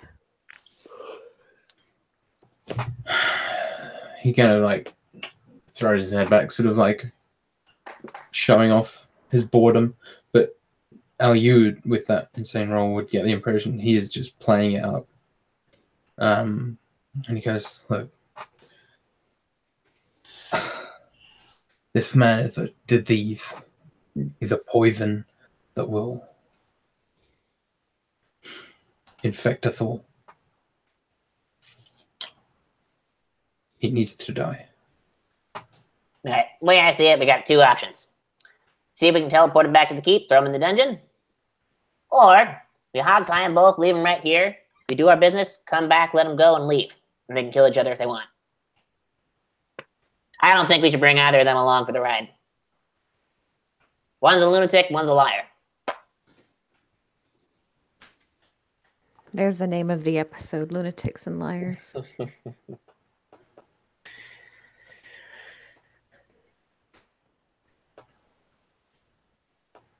Or I stab them both in the gut right now. I don't think we can leave loose ends. Either kill me or release me. because for the rest of my life, I'm going to hunt this man. Well, that is certainly your prerogative. So kill me then.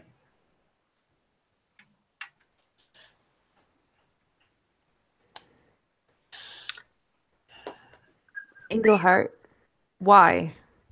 He's gagged. Oh yeah, that's right. He's just crying, covered in snot. Yeah. Sure. Do I like? Is there like any remorse like that's genuine from Engelhart, or is it just Engelhart like, is- oh no, I got caught? Engelhart is terrified.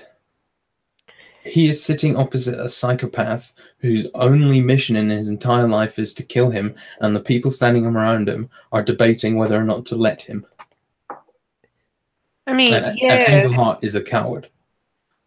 I mean, yeah, but is it like, oh man, I'm really sorry I did that thing, or is it, I'm really It is sorry I got pure- caught? Pure, unadulterated fear, and that's the only emotion he feels right now. Probably pretty hard to read through that. We're more debating if we can talk this man down from killing him. Yes. Having to do something. But Engelhart is terrified, That way. and all he hears is, well, maybe we should, maybe we shouldn't.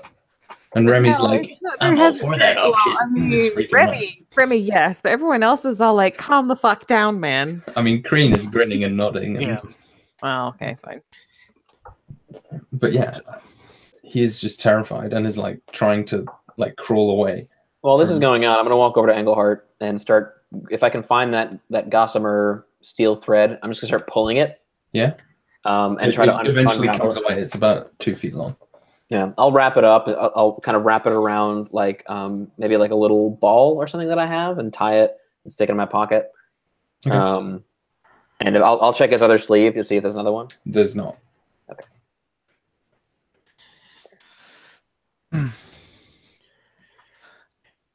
You would kill him here where we stand. If I was to teleport you into the center of Virus, would you do the same? Yeah. Even with the repercussions of the law? The law means nothing to me. Okay. It turns. So. Yeah, he turns to Engel and goes, if I was to teleport you out of here, you would accept? Nods furiously. Very well. And then he turns back to Braith. And you don't care where you kill him. Shakes his head. So you would come with me. Nods. I'm just going to say this, anyone else can interject. Can I grab both of them and like teleport them into the Virus High Court? Presuming I've been there at some point. Just You let cannot. right into. Because it is canon in previously mentioned story stuff that there is magical dampening and no magic works and no teleportation works apart from one obscure seed. In Orithil. In Orithil. Sorry, what? Where In- is dampened? The Virus High Court is dampened. Okay. You cannot use any magic in the Virus High Court. You can teleport Okay. outside of it. I would know that, right? So onto Yeah, the yeah, you steps would know of that, you would Virus know High Court Yeah. then. Like basically I just want them to be under the eyes of the law and then they deal with their quarrel however they want and they get punished and we don't have to come down one Virus way or is the other. is the capital of Balern, so that's where Gaiad is. No, Virus No. is the capital of Galeria where That's where you're we're from. Or Where Okay. Byron's from. where Wait, Byron's Gotcha, from gotcha, and Remy gotcha. has lived for some time. Okay. if I got put them in front of other people to be judge and jury, then we don't have to be. Because we've tried to talk them down, but we can't seem to adjudicate this civilly. So I was I going mean, to. really, it's not any of our business. Let me go. Is everyone okay with it? Yeah. I'm a me. Okay. Elishan? We'll see. Yeah. Okay. Engelhart's We've tried. shaking his I head. just I was only going to be concerned if you teleported only Engelhart away because Elishan would have done a message going like, no, if you take him away and don't take Braith, he's gonna fucking try to kill us. Yeah, instead. I know. That's why I'm putting it in front of someone else. So I grab, hold both of them and Wait, We're going. Are you giving Engelhart a say in any of this, or make his case at all, or are you just taking him? I mean, if he agreed, I can teleport him, which is what I Well, was. he nodded, but then he started shaking his head when you said you'd take Brave. You're okay. You are going to be put right in the middle of the most well-guarded and magically capable capital on all of Lament. If this man tries to kill you there, then they shall try and stop him. If he's been allowed to speak, if his gag's been removed, he'll say they'll try. I have an alternative solution. Could be really easy. Man doesn't have his icon. He'll try, or they'll try. He just says again. He says, "Look. Here's an option. Here's an option. Okay, just take Braith with you. Teleport him there, then leave, and then you could teleport me wherever, or you could leave me here, or whatever. But just as long as we're in separate places, then. But I could stay here. I'm not going to kill you." Elishan will say in Elvish, if we only teleport Braith, then he won't agree to go. Yeah. Well, I mean, please don't. He'll try and kill me regardless. I mean, Engel can understand Elvish. We don't know about Braith. I was have, like, gambling. Sleep or anything? Pardon? The unconsciousness was the. Oh. God damn it!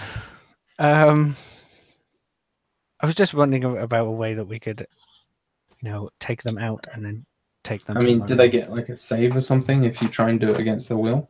I think I Yeah, just not can't. rules as written. Yeah. Asleep? No, there's No. no save. It's just you No, have I to meant roll for the for teleporting. I can't teleport them against their will. That's why I needed that. unless we knock him unconscious and then teleport his body. I could teleport because we have 3 charges. I can teleport an object at a time, so we could knock them both out and then teleport them both to the steps of Vyros Court. If it means I get to smash either one of these assholes, I will be happy to do that. Do I know that I could teleport an unconscious person? Sure. Is it Sure. I don't see Yeah. why not. okay? So with the object, I don't technically have to go with it. I can just bing, and it has to be entirely within a 10-foot cube. And it goes. Does it? Awesome. I mean, I could probably go with it. Doesn't really It's up matter. to you. If everyone else agrees, knock them out, Remy. And we can be rid of them. With pleasure. Anglehart's just holding up his hands like, wait. Remy's going to take one of his daggers and just wave at him as he comes in real close. Smack! Right on the forehead. All right, I'm going to say for Engelhart, I'm just going to say it's mundane to knock him out because he's a massive, just like wimp. He just. You turn around and Braith's going to try and tackle you. He's tied up. Yeah, he's still going to try and get Okay, up and. he's throwing himself try out. to- Yeah, he's just body checking you pretty much. I'll give him Okay. disadvantage. Yeah, that's a 15 is the low one. That's fine. So that's a 20 to hit. 20 to hit is going to miss. Okay, so he just runs into you and you just sidestep. As a sidestep him, and then he's assuming he lands. Yeah, flat on his feet. he just falls straight on his head. I'm just going to climb on his back and same thing. Could have made this a lot easier on yourself, pal. He's just wriggling underneath you, but so you will have to make a Attack roll. grapple. We'll say a grapple check to hold him down, but if you succeed on the grapple check, you knock him out. Okay, can I have advantage? No, but he rolled a natural 1. Oh, Okay. okay. Stepping away from this. Yeah. All right. You. Instead of conking him on the head, I'll just put him in a sleeper hold. Okay. So yeah, Yeah, I rolled awesome. a 17 That's on my just athletics check. And Thrash it against you, and eventually passes out. Night, night. stroke his hair lovingly. Kreen's like, you have to show Kreen that. That's pretty fun. The sleeper hold's a good one. Next time I'll show you the DDT. Wah!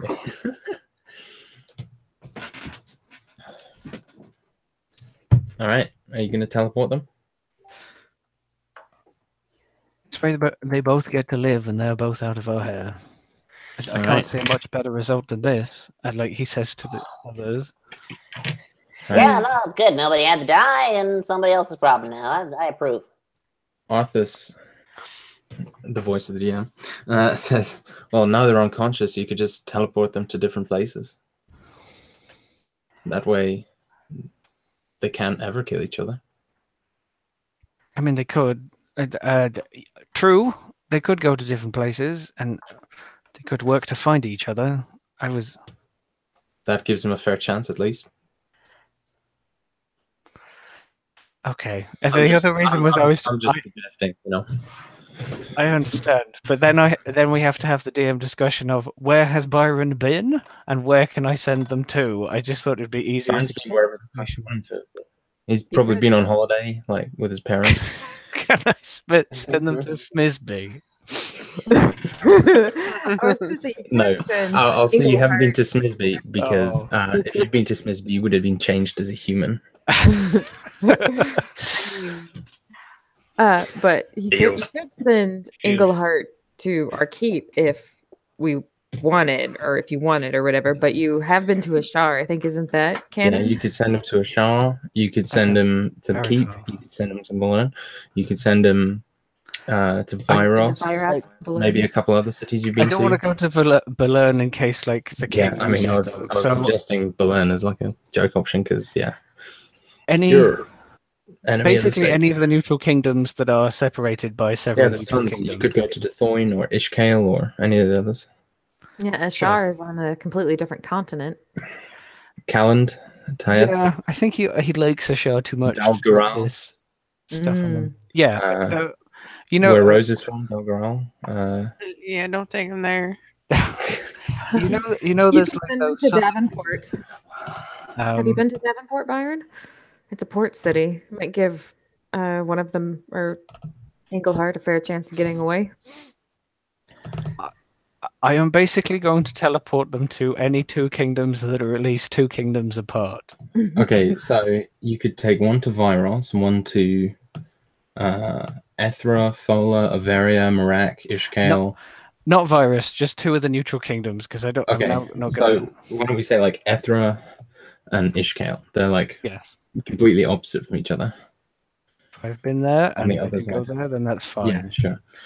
So Ishkale, you go, and it's like Ishkale's kind of like Rohan, where everything looks very rustic, but it's a very wealthy place. Everyone's super rich there, and I think that's where Arthas is technically from. No, he's from Algira. Oh, he's from Algira. I knew it was one of the ones down there. Ishkale is where we decided Phaedra was from. That's the one. I knew there was someone from there.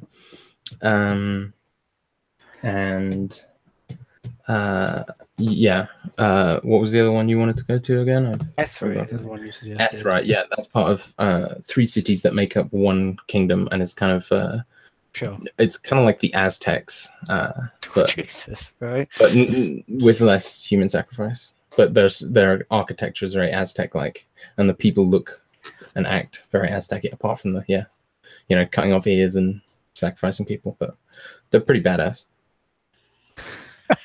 I like the idea that Byron has gone with them just because it's kind of cool. He pops in and drops. Engel can go to Ishkale, and I pop in. Is it like snowing or something? And I get a coating of snow. No, I mean it's snowy where you are, but down there, that's very sad. That is hot. Oh, that's hot. They're both kind of hot. Jungly. Ishkale is plains, kind of flat. It looks like it's surrounded. Looks like Rohan, and Ethra is like jungle. Rainforesty. Oh Jesus! Right. I.e., if you keep going south, you end up in the Tomb of Annihilation. I've just basically wanted to pop in, and then when I pop back, like it looks like I've been somewhere. That's why I suggested. You pop back, and you were just covered in sweat, and you've got like some weird like forest frog or something on your shoulder. Yeah. No. Or some sort of leaf skirt. I don't know. Hux, you got a little frog on you. You're just holding gold bricks. Like Yeah. you teleport in and they put a circle of flowers around your neck. Yeah, basically like a lay from one place and then. I'm just going to open my window slightly because my room is suddenly very hot. So yeah, Almost a zonky.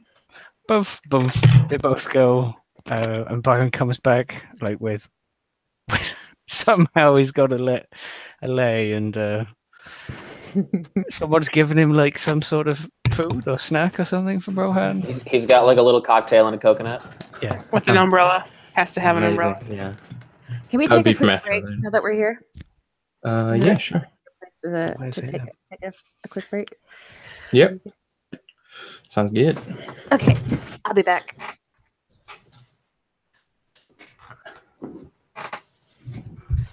It's spelled a bit differently, isn't it? How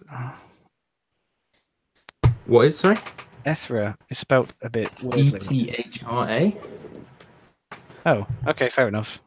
I knew one of them was spelled a bit oddly, but not Is that odd? No, that's how I spelt it. This Fola is the weird one, I would say. Oh, okay. Foela. Yeah, I think that was the one.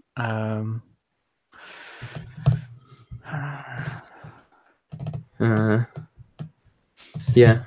Or Marak is a weird one. Apostrophe RAK. I love how I apparently now have been south, but not to no one can go to Schmisby. No. If you want to go to No, Smisby, it's okay. Smisby, don't want to you'll go be to taking Schmisby. intelligence point damage. You'll be eaten by eels. Just put them on one of the islands in the Yeah. eel pools. Smisby eels are like lindworm size. Eels. Oh god, that's terrifying. If your ships come in and there's huge like cresting eels that All I can think of now is fucking Princess Bride. It's the shrieking eels.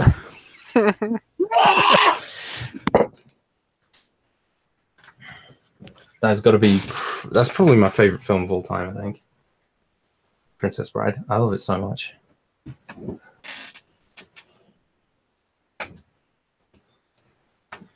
good film. And I got such good memories of watching it just with everyone in my family who I like. But not the ones you don't. Yeah, Nah. you're being I recorded. killed them fellas. long ago. Okay. Don't want to say that you regret. So I want your theories on Brave and Englehart. Because you missed a cool piece of lore that I kind of wish I'd said, but I didn't. But yeah, like, what do you think the dynamic was? The true dynamic? They spurned lovers. Yep. Not everyone is romantically engaged in this game. That's the problem. That's the Do you know what it was? It was just a ridiculous amount of sexual tension after having walked for so long together, both fancying each other but never making anything of it. so much sexual tension. Someone had to stab another person. That's a lot of tension right there. Yeah. Yeah. At least they had some penetration. Oh, Remy. Remy is just a voice for all my horrible impulses. Remy is the devil on your shoulder. It's true.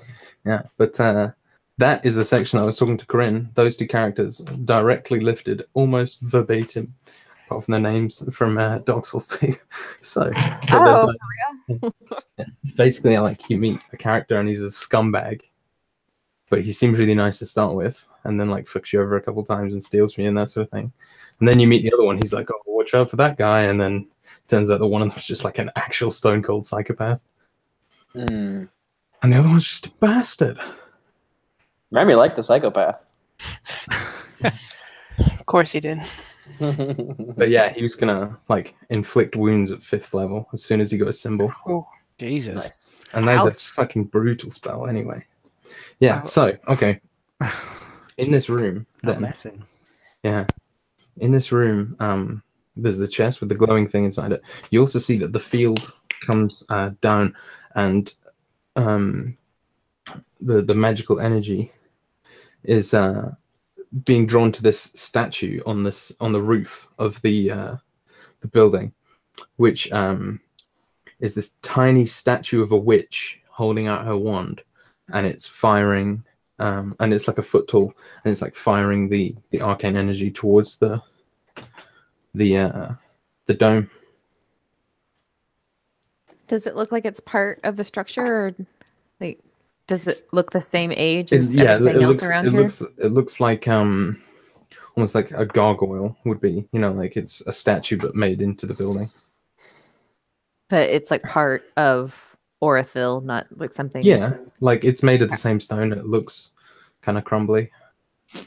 Okay. Can I just ask what was the very obvious magic item in the room before we move on?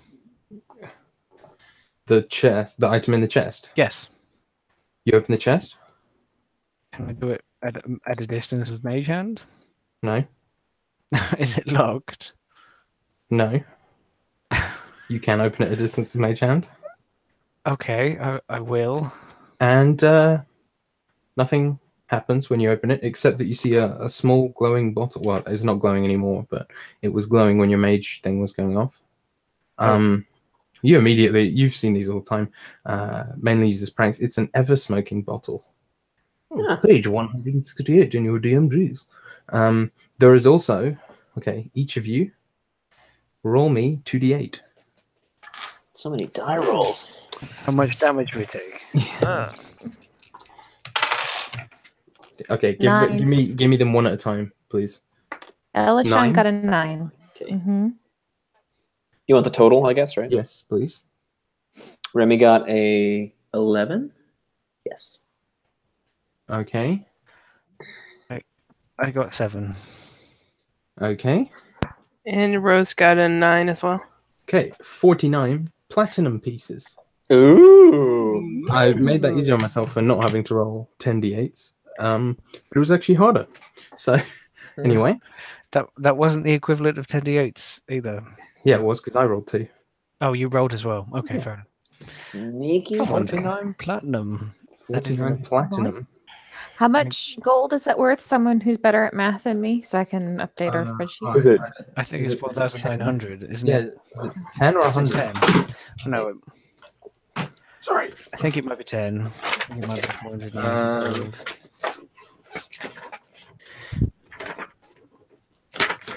Shit, I'm looking at It's 10. Oh shit, I just accidentally opened to the exact right page. Platinum piece is equal to 10 gold pieces. 10, yeah, that's For what I thought. 490. 490. All right. All right. It's not bad. That'll buy us a wing or something. And the ever smoking bottle, which I'm pretty sure just makes smoke forever or something. Yeah, Yeah. Heavily obscures an area. So it's probably a classic Hall Vivey prank. Yeah, instead of putting soap bubbles in the water fountain, you put a never Right. smoking bottle in the middle of a classroom. Oh my god, that happens every single day in Portsmouth. There's a massive fountain in the middle of Portsmouth that every single day has soap bubbles in it. Because chavs are cunts. No. Anyway, yeah, that's all in this. Though Byron and Al and maybe Rose, you probably think this used to be a counting house. Maybe like a tax office or something. And that was innocent people's savings. Well, they're long dead now. 200 plus. All right. So, from where you are, the closer of the two other locations to where the magic converges would be the large spire, which is on the north side. So you're on the east side, and the north side has the spire, which will take you probably another 25 minutes to get to, maybe 20. I'm guessing that the little witch or woman with her wand was magical. Yes. Or is magical. And you reckon it's a simple smash job? Okay, so there's no like gem in it, or like are there seals? It's a statue of a witch. Okay, and we smash it and it goes down. They must you have had a smash way it? to get into the thing, but it's probably been lost for Yeah. years. Should we investigate all of the areas first and then smash them? Well, the so if you do smash it, the glowing goes down, and you see that it kind of begins flickering more, but it's still up. Sure. I'm curious. Is the flickering is never, on a ground level that we could just jump through? No, it's near the top. Oh, of course. Do you know why, Dan? Because I want you to experience all the things that I slaved to write for you. Well, can't we just fly up there? If we had fly for everyone. Yeah, which we and then didn't. I'd be rolling to see if, while halfway through it, it unflickered and you got Yeah. severed in two. Because Yeah. you're Byron's gonna just a little bit sad about vandalizing Yeah. ancient history and ruining the library for. Can we just like lift and separate it from its thing without like smashing it? But The push-up approach. yes, thanks. I Okay. heard everybody laugh. But if we sleep, I could try and dimension door and thunderstep us in Okay, without so having smashing anything. but what are you that's going a to do? waste. I'm guessing if the barrier has been up this long and protected it for this long, it's going to be somewhat protected for people just teleporting into the library. True. Is the thought. So we could smash them. Are you going to smash this tiny witch? That sounds weird when you put it that way. You I feel are a like witch is disgusting a human. derogatory term. Do we do this, or do we check all 3 locations first and then smash them one after the other afterwards? We have no time pressure now, potentially, apart from the ensuing That we- war. You're correct. I don't know. I'm following your lead here. You guys are the smart ones. I just stab stuff. Do I get the sense that it's going to explode and hurt whoever smashes it, or is it relatively? Make me an Arcana. I will. Can you attempt have to- assistance with Elishon's help, No. please? Sure. 23. Yeah, this thing's gonna fucking explode. Oh, that's good.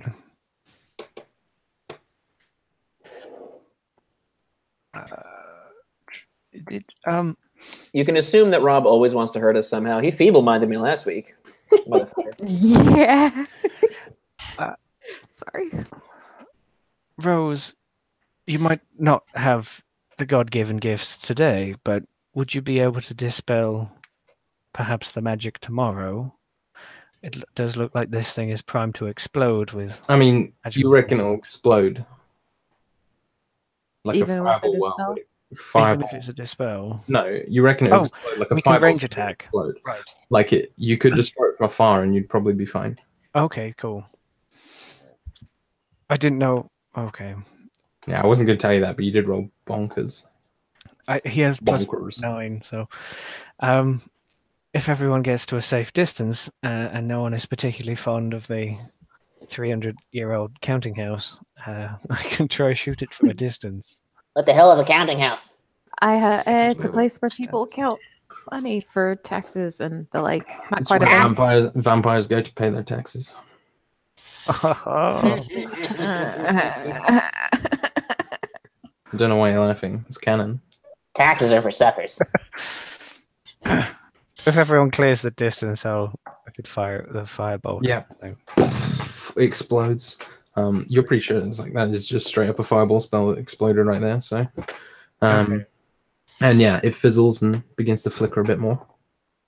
I think Byron cringes a little at the destruction of history, but The counting house begins to cave in on itself. no. To the tower? Sure. Yeah. 25 minutes later. So you walk along kind of around the perimeter of the wall and you arrive at the spire. It's a large tower of grey stone, and it looks kind of like a lighthouse. Like at the top there's a gap, but it has a pointed roof, and in the gap you could just make out a tiny little witch statue in there. The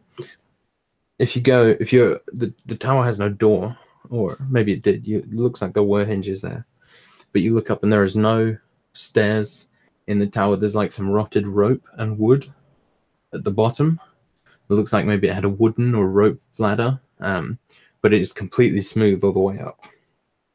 How high up is it? Standard tower height. So I know, like Would be fucking And the witch is on top. the witch is in the top. Like Okay. if a person, it's on the standing bit. So like it's where you would stand if you were in the tower, not on top of it. It's fuck, that's a really difficult question to not have written more down. than 90 feet, I assume. Probably about that. Probably It's not. about It's not. You It's did not say this place was tall and that they're very tall people. yeah, this is not an extraordinarily tall one Okay, of the fair towers. enough. There's tons of towers. Yeah, yeah. It's like the height of maybe like a 2-story house and a half. Okay. So tower is a bit of a It's a small tower, but it's still a tower. So it's thin and like circular. Is there anything of note like down on the bottom level that is it No, just the rotted wood and rope. okay? And then is there like a room up there that where There's the a place. statue is? Yeah, so like there's a gap in the middle. Remy will scurry up the rope. There's no rope. Oh, I thought you said there was a The rope. rope's rotten and fallen to the floor Oh, like 800 years ago or whatever. Yeah. Oh. Well, Can I just climb the wall? It's very smooth, so I could not tell unless you were sticky. I could teleport up there. Would you start falling immediately afterwards? Well, there's this place. I just, probably have a hard time getting. Well, if I take rope up, I can climb down the rope. If there's something to tie it off to. So there is like some sort of upper enclosed top floor where this So witch is in. It's and like everything. if the tower had it's like the tower's flat and you can stand on it, and then someone put a roof on top. Okay. So there's like an open roof. So there's an opening like 90 feet above us Yeah, in darkness. Right. 90 feet, that's very tall. You said it was like 3 stories, right? I don't know. Someone said 90 feet, and then I was trying to figure out. Oh yeah, whatever. 90 feet would be like 90 feet's pretty tall. yeah, that's like 9 stories tall. Yeah. So never mind. All right, it's 9 stories tall. It's 90 feet tall. How big is the tower? Oh god. Tower is magical and is as tall as it fucking well pleases. Just stretches out. It's taller on the inside. If you try and teleport to it, it suddenly grows another 80 feet just so you can't quite get to it. Hmm. I've decided. Go on, try and teleport to it. Go on. Do it. Do it. Do it. Do it. Do it. Does anyone want to come with me? I can take one other person. yeah, come along. All right. And I'm going to ready to prepare something, but I don't want to say it until this all goes wrong. So but I'll take Remy a few feet away from everybody else. And Are we doing like the Luke and Leia pose before they swing across the bridge? if you want to, darling, we can do. But as she concentrates, like little lightning crackles around like the ground around them, and like she grabs Remy by the shoulders, and then they like vanish, and in that crack of space, there's the crack of thunder as like the air rushes in to fill the space that they were in with we thunder step to the top. inside an Wait. empty tower that's smaller. That's That must be so why I loud. said- Okay. Yeah, I had to. Definitely. do a Deafening. step So, back. that casts Thunderwave when you get to the top, right? No, where we Where were. you This were. is why I stepped away from everybody. Damn it. And That would have been a nightmare because it would have But blown up it the statue and does. fireballed you right. no, I would not have done that. I would not have done that. Boom, boom, boom, boom, boom. But it does. It is a loud thunder clap that can be heard up to 300 feet away. But it's channeled through a tower down towards us. No, I I'm- said we stepped away. Yeah, but the noise travels. Sure, 300 probably. feet. You So know, it echoes around the tower and basically just deafens me and Rose who are standing there. and Green and Arthur's. And Creed. Arthur's, yeah. Get the horn. Prepare the counterattack. Green just shrieks in fear when that happens. I can't really shout, but Byron's just like, I think they made it, or something. What? All right, you two are up on top by the statue. Oh, they made it. Oh. There's still time, Dan. Don't worry. See, you definitely should DM a game now because you're actually getting kill player instincts. I was going to save them, not kill them, maybe. Sure. Oh. But You were Remy and preparing My fireball, ready weren't action you? wasn't to gloat when they hit the ground. I was going to cast a spell to save them. Okay. Featherfall. No, unfortunately not. It would have to have been a higher spell slot. Ooh, I see. But yeah, we'll investigate the space up here. Looks if there's anything. identical. Okay. The statue looks But- identical. It's standing on a plinth, and there's nothing else up there. Nothing else at all. No. Well, Looks like this tower is exclusively designed to hold this thing. mm, Is there like a ledge or anything? How do you mean? Oh, like we're at the top of the tower. Yeah. mm-hmm. Remy's gonna walk to the edge, Yeah. and can I see down to the? Yeah. to It's the side? like there's windows but don't have glass. But there's like four pillars that hold up the roof, and then the rest of it is open. So I can see outside. Yeah, you could chuck it out if you wanted. Yeah, Remy's gonna just drop his fly and take a leak off the edge of the tower. All right. Just as everyone like retreats dazed out the tower at the bottom because they're deafened and want to get outside, and then they start getting pissed on. Probably take ages to come down, to be honest. It'd get blown away in the wind. Because you're high up, it blows back into his face. Like that Jackass scene where Chris Pontius is pissing in the fucking jet engine thing. I brought you up here, Remy, but I suppose that's what else are you gonna have the chance, right? Elle licks her lips. Oh, you need to have a drink. If there's one thing I've Yeah. learned in this life, Alex, you gotta take joy where you find it. He's still just holding his cock and pissing.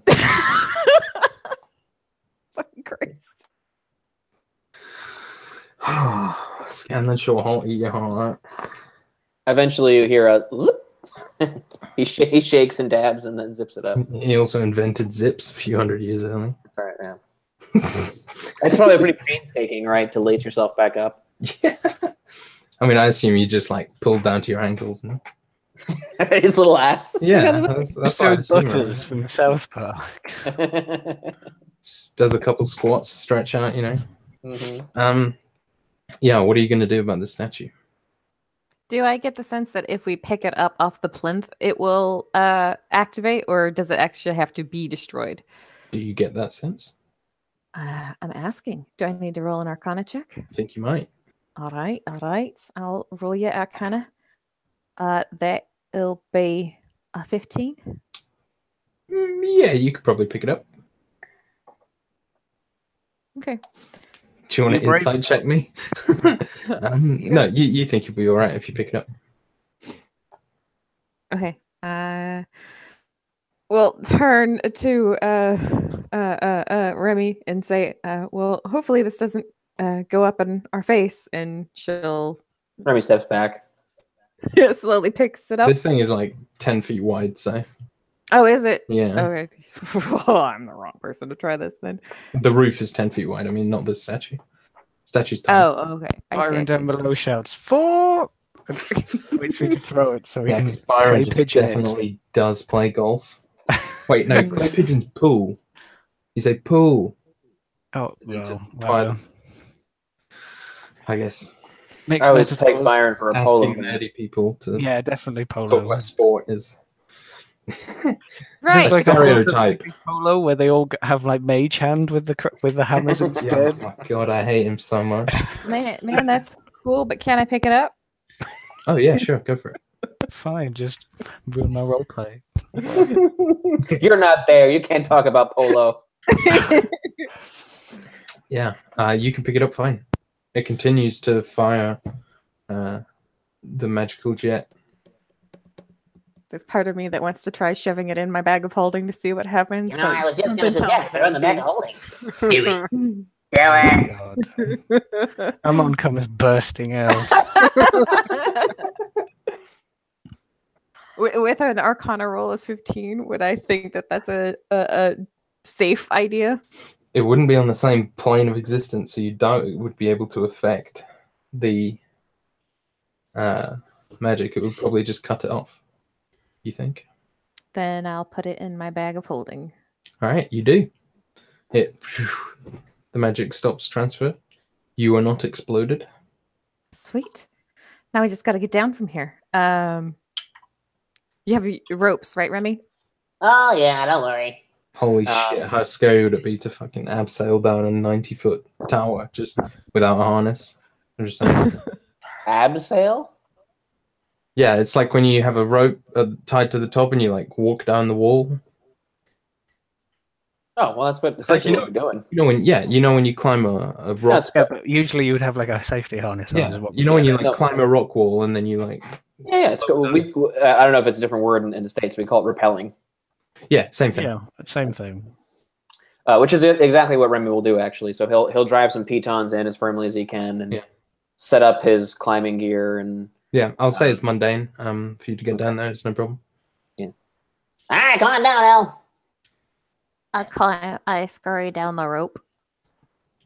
All right, you get down. The only one left is the large manor building. I'll tell Byron that I managed to put it in the bag of holding, so, yay for study. Yay for studying. Yay for study. I was so You can get tempted the to be like next one. Byron. You realize that having put this in the bag of holding is going to kill you all if it's ever removed.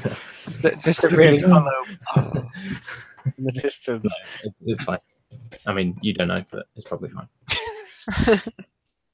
I wonder if they only work in threes. If we can get the second one, maybe we can protect our keep. Yeah, repurpose it. That'd be interesting.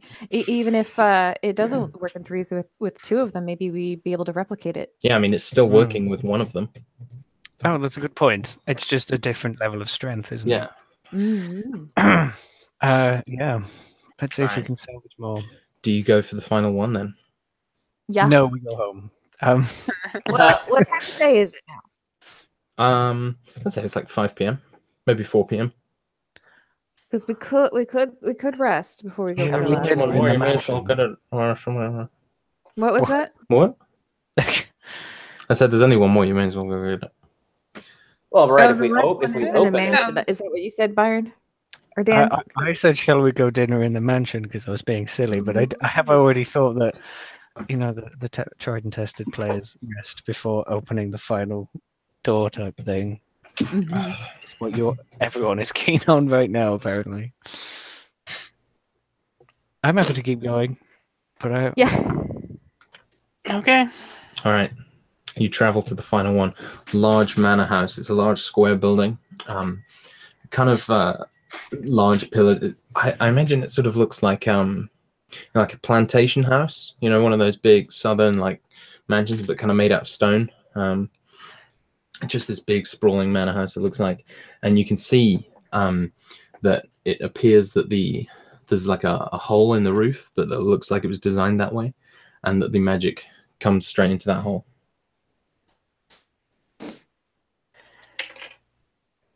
So is this place relatively more intact because it's more made of stone? It looks in pretty good shape, yeah. Do we push the grand metal gates with emblazoned with the there's no nations gates. on them? You think this is probably more a town hall than an actual manor house Okay. or a city hall. Kind of like maybe a repurposed sort of civic building type thing. Repurposed from a manor house of some kind. Because it's in a prime location. It's big.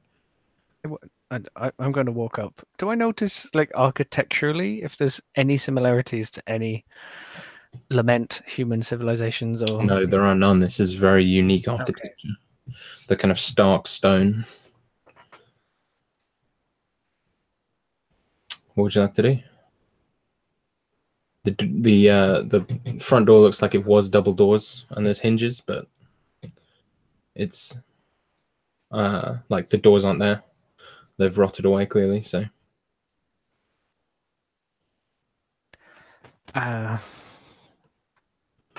walk inside. all right, you go inside and it's very open. You're in the kind of the central foyer. You see stairs leading up into what looks to be rooms to the back. And there's kind of a few rooms to the side, but you kind of figure out that where the magic was, you'd be probably up the stairs and behind through the door up at the top, or what was a door. It's not just a corridor. Inside is very like the outside, like it's all stone and it's dark, and to be honest, it doesn't look like a very comfortable place to live. So you reckon there's maybe like a load of rugs and fabric or kind of comfier decorations that have all rotted away since, just leaving the bare stone. I mean, we know where it is, but a place such as the size of this, perhaps I should use detect magic again. Very well. We could Should I go searching. should I do the night eyes and see if I find anything hidden? as well? Indeed. Might as well have a look around. Do they let you? Night You- eyes is the secret doors, right? The hidden Yeah. stuff. Okay. And But I'm it the also magic. shows magic items, right? No, it Does doesn't. it? do Okay. both. Well, there are no secret doors. Okay. And let's see. All secret or hidden doors, dark beings, and evil creatures will become visible. And I can see anyone being controlled or affected by evil energies. All right. You do not see anything. Are you casting detect magic again, Byron? Yes, please. All right. So, what range is that? It's 30 feet, and not through too thick walls, etc. Yeah. But it lasts for, is it 10 minutes or half an hour? Yeah. And I could just walk I think around. it's 10. Yeah, sure. So, are you going up the stairs? Are you going into one of the side rooms? Might as well check all of the lower floor first. Okay. And the lower floor are just a ton of empty rooms. There's pretty much nothing there. Okay. Like everything is just rotted away hundreds of years ago. Blocked by 1 foot of stone. 1 foot. So- Is it? Okay. Okay. Yeah, 1 foot of stone. And there is no wood Yeah. left, so So you go up the stairs. Yeah. And you see that down the far end of the hall is the witch. And she's kind of pointing directly up. And it's like down the far end of the hall, and you can see that the room is round ahead of you, and that you can't see the edges of it, only the far side. So there may be other rooms out there, and you hear like almost like wind whistling from up ahead, just very slightly, like not like whoosh, but sounds like maybe there's like an opening out there or something. You walk up to it and you see the witch pointing up, and you see that there's a door to either side. Both are rotted. The door on the left leads out to a balcony, and the door on the right, you look across to it, and it's quite strange because it looks like it leads outside, and you can see daylight coming in, but there's this huge wooden structure right in front of the door, and so you walk over to it, or do you want to do the witch first? door The to the wooden right was blocked. structure Okay, blocked by wooden is structure. like burst magic. It's crazy magic. Super magical.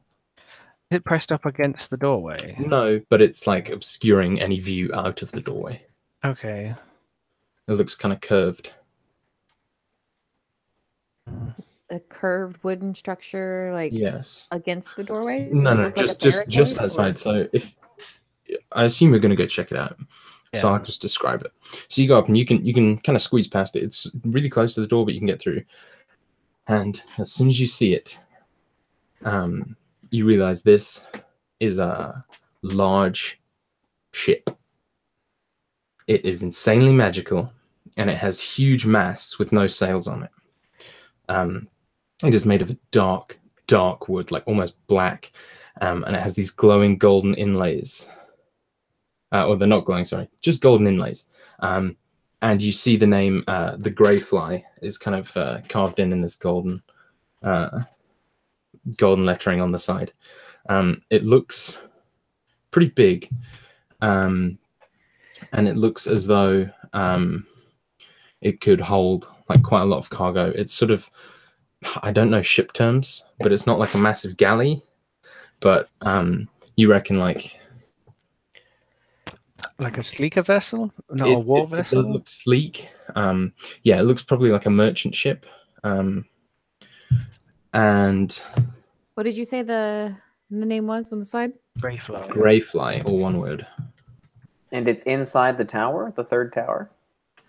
It's not a tower, it's a large. No, it's a large mansion, Oh, and there's a balcony right. on this mansion with the Greyfly sitting on it. Must be a very big mansion if there's a whole boat that can sit on the balcony. Is a hella big mansion.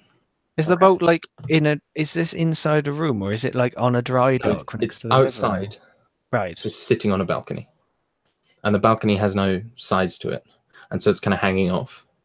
So there's a ship that is Suspended the balcony off the floor. Yeah. No, it is just sitting on the floor as if a giant dropped it there. Okay. Right. But on the balcony, which is a story or two up, I assume. That's Yes. where we're walking. So we're looking down at the looking down or across at the ship. And it's just sat on the ground, like completely on dry land. On the balcony, it is. What? Okay. That's so weird. It's like I a understand. like a caravel or a ketch. Yeah. So like it could hold, quite a few people, and it's like someone's just dumped a ship, but it's insanely magical. Is this a Lost reference? You're too I've young for never seen Lost. You've never seen that so- show. It will not be a Lost reference. What would you like to do? Puzzle for a while. I was not expecting this. Dan, I think I'm going to ask you a very leading question. Right. Do you touch it? Okay. When does Byron touch anything? I mean, when it tries to kill me, apparently. Does anyone touch it? Otherwise, I'll just. Yeah. I'm happy for Byron to be so overcome by wonder at this thing for him to touch it. So. Okay. You put your fingers on the wood, Wait, no! and immediately there's like a groaning noise. From your fingertips, golden light, almost like lines, like crisscross out and fill in the golden inlays so they begin to glow. That's why I was saying glowing, because I had it written down. You see the sails or the mast suddenly poof, and sails kind of burst out of it and instantly catch the wind. It begins to hover and float up slightly, and you see kind of near the bottom there are these other large sails that kind of fan out at the bottom like wings. I'm going to put a little old link to a picture in the chat. Oh shit, do we have a flying boat now? Yes, you do, motherfuckers. What? A rope ladder rolls down. Remy scurries up. Oh my god, I got a boat! Ah, it flies! Ah! Okay. So, Dan, you're going to kind of love me for this, I think, because there's a manual on how to use it in the hold. So, after a while of exploring the Greyfly, you find that there is a large cargo hold below decks, and where the captain's cabin would be on a normal ship, kind of near the back and at the top, it is furnished like a tavern with a bar that doesn't have any booze in it, but there's like old wooden stools and that kind of thing, and they're not rotted, but they're kind of old. There's also 8 like pinions for hammocks, kind of in a separate room off that. But here's the part that intrigues Byron the most. There's a strange arcane control panel. It has a floating blue orb, a series of numbered buttons, as well as 3 levers next to it. In the cargo hold, after a while searching, you find 15 strange spikes. Think like fantasy versions of those crap, or of those spikes from that crap Thor movie, the second one. Where he's like the kind of like spikes that you stick in the ground, but they look all magical. And you also find a manual. So I'm gonna send that over. but I'm going to kind of explain what it says so that everyone doesn't have to take a break and read it. So there's also the stats in there of it. But basically, the glowing orb you can use to orient the boat by using your hand with it, and the levers control like going forward, backwards, side to side, and up and down. The wayfinder controls and wayfinder buttons are these spikes that you can stick in somewhere, and each one has a number. And if you press the button with that spike, the ship will just automatically fly to that spike once the spike's active. So you can like stick a spike in at the keep, and then wherever the ship is, if you press the button, the ship will fly to it. There is also a button on the spike to call the ship to it as well.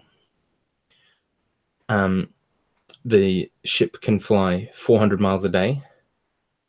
It needs a minimum crew of 1, has 500 hit points, AC 18. It can carry a maximum of 40 tons of cargo, and it requires a DC 18 intelligence check, which is sailing, which you can earn proficiency with to pilot it. Remy is looking desperately for anything that resembles a captain's hat. There is a captain's hat.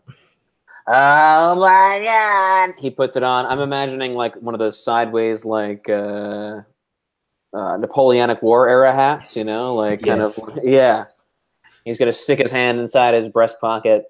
I am now captain of this vessel. So, next time y'all motherfuckers say, we need 4 magic items because we're all bitches, just, all right? Assume I'm awesome. So, you now have the grey fly under your control, and after an hour or so of reading, you'll be able to figure out how to actually fly it. I have one very leading question for you. From reading the manual, perhaps, or some sort of log, do I know if all 15 of the buttons, those are the only 15? Or are there buttons out there? There are in the 15 world? buttons. Oh. And 15 buttons. Okay. I was gonna, if there was some mysterious places that someone set 400 years ago, I probably should have done that, right? Like some kid finds it, he's just pressing the button, and you just get dragged along. No. Yeah. There are 15 buttons and 15 buttons.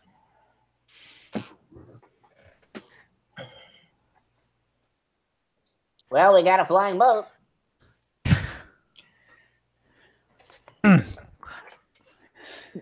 Not at all what I was expecting. Consider that your 5th book, Dan. Okay. I shall. Anybody think they can fly this thing? Grey Fly manual. So actually, Hux would probably be the only person who would have a decent chance because you got the best intelligence. Yeah. I hereby name you Pilot Hux.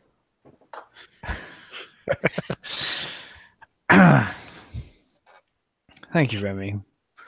That's Captain Remy to you, soldier. I think I prefer Wayfinder, but we can debate that at a later time. Well, another time.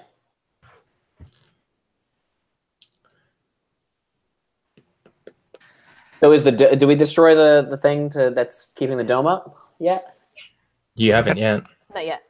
I think I'm so glad I was able to railroad you guys into coming to this one last.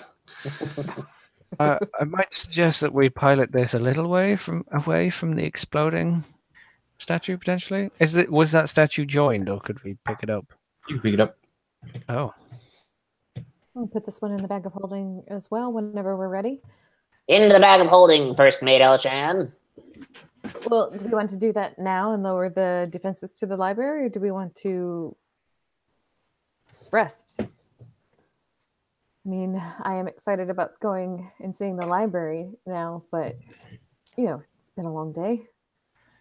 We don't know what we'll find in there. That's a fair point. We could hold off on dropping the force field until after we rest. Might let something out of there that's not supposed to come out. Right. There is a reason why it was activated. We don't know what that was.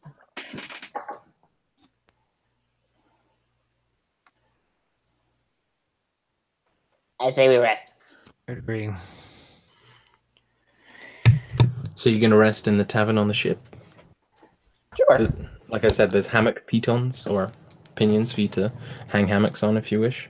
So Remy doesn't actually need a rest right now. If it's 5 o'clock in the evening, if we rest for 8 hours, he can stay up and just watch while everybody else kind of gets a breather. I imagine like practicing his salute and shit. Oh yeah, Like no, he's just kind of marching like around, right? strutting about, adjusting his hat, making sure it feels right. He's really into this hat.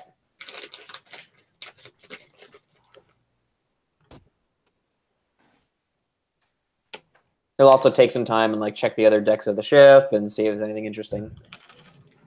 There's pretty much nothing else. Okay. But Nobody's been hurt all day. We're badasses. I've not been hurt either. 'Cause I was going to do a song of rest to, you know. And I guess I can play anyway.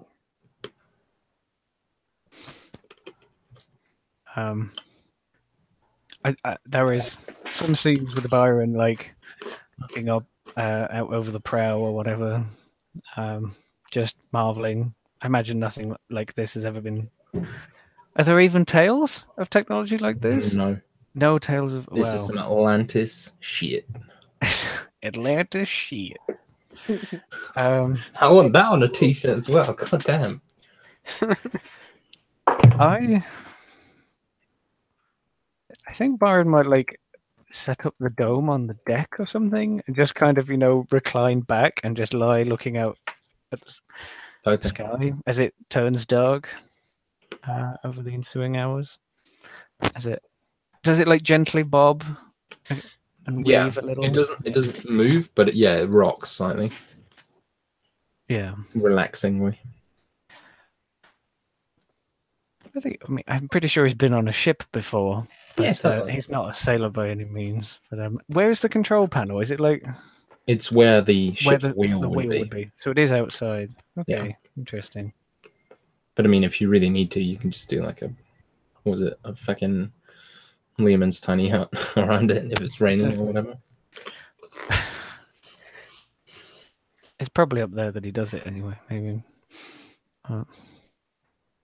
That is, he would probably walk around a bit on the ground as well and just kind of admire it floating from below, trying to get us, understand it as he would. Yeah, and I'll say, next time you level up, which won't be this season, but next time you level up, you can take a proficiency in sailing if you want. If you like read and practice and that sort of thing. I just imagine like the old fagger just walking to the edge of the forest and they just see this huge ship go over the borderlands and around an That'd be arcing awesome. sky. Because I was like originally gonna have it be like someone with a crew and a pilot and like come be like, hey, I've got a ship, do you want me to fly you? But then I was like, nah, just give it to them, it's cooler. Cool. Yeah. So you're resting then, are you?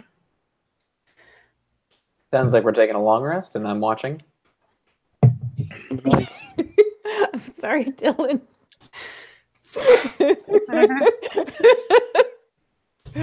Sorry.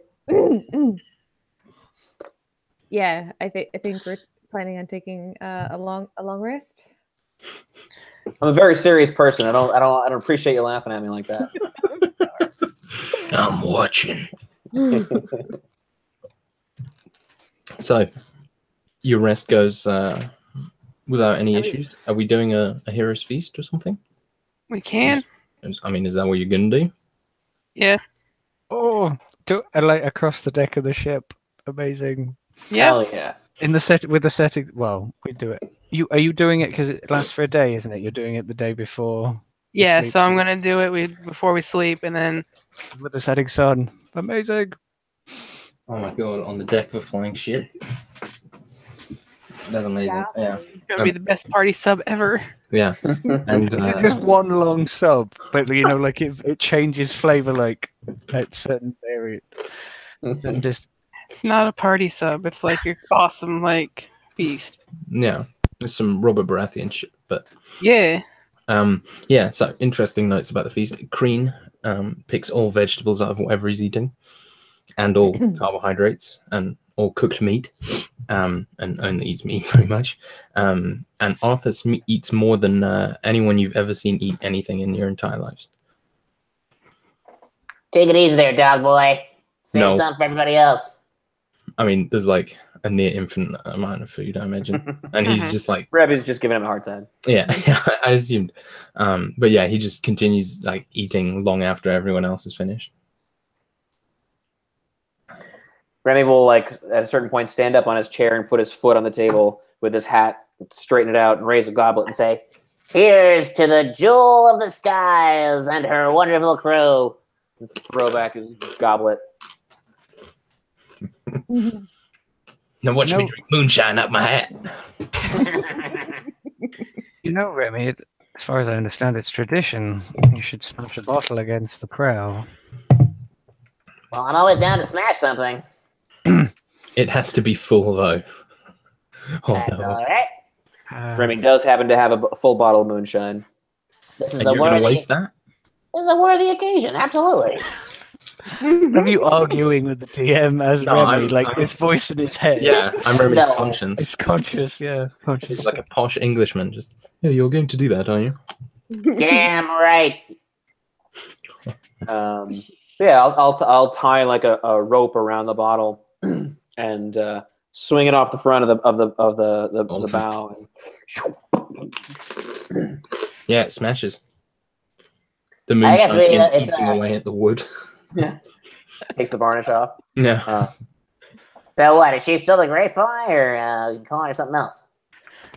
Perhaps, Bad luck. Yeah. Say what? I mean, Bad luck. You rename a boat.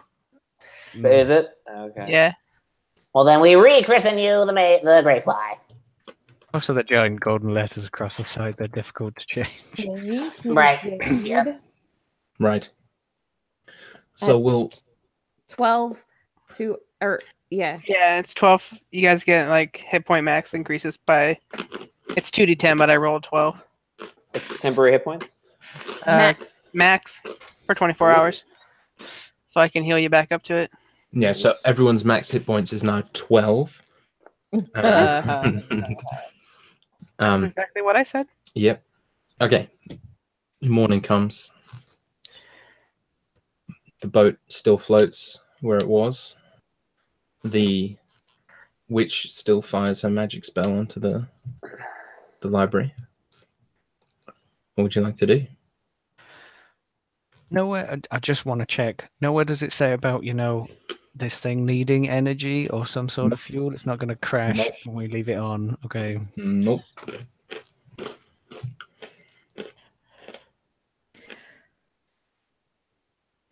Well, I think first thing with the sun coming up, Elishon would prepare her Barry's white magic circle thing again before we venture out into the world. So she does the hands up in the air, looking up to the sky, and the Vara Amin Aramin, and everybody will get 2 temporary hit points that will go on top of that 12 that Rose gave. You guys are like a fucking WoW group. Jesus Christ.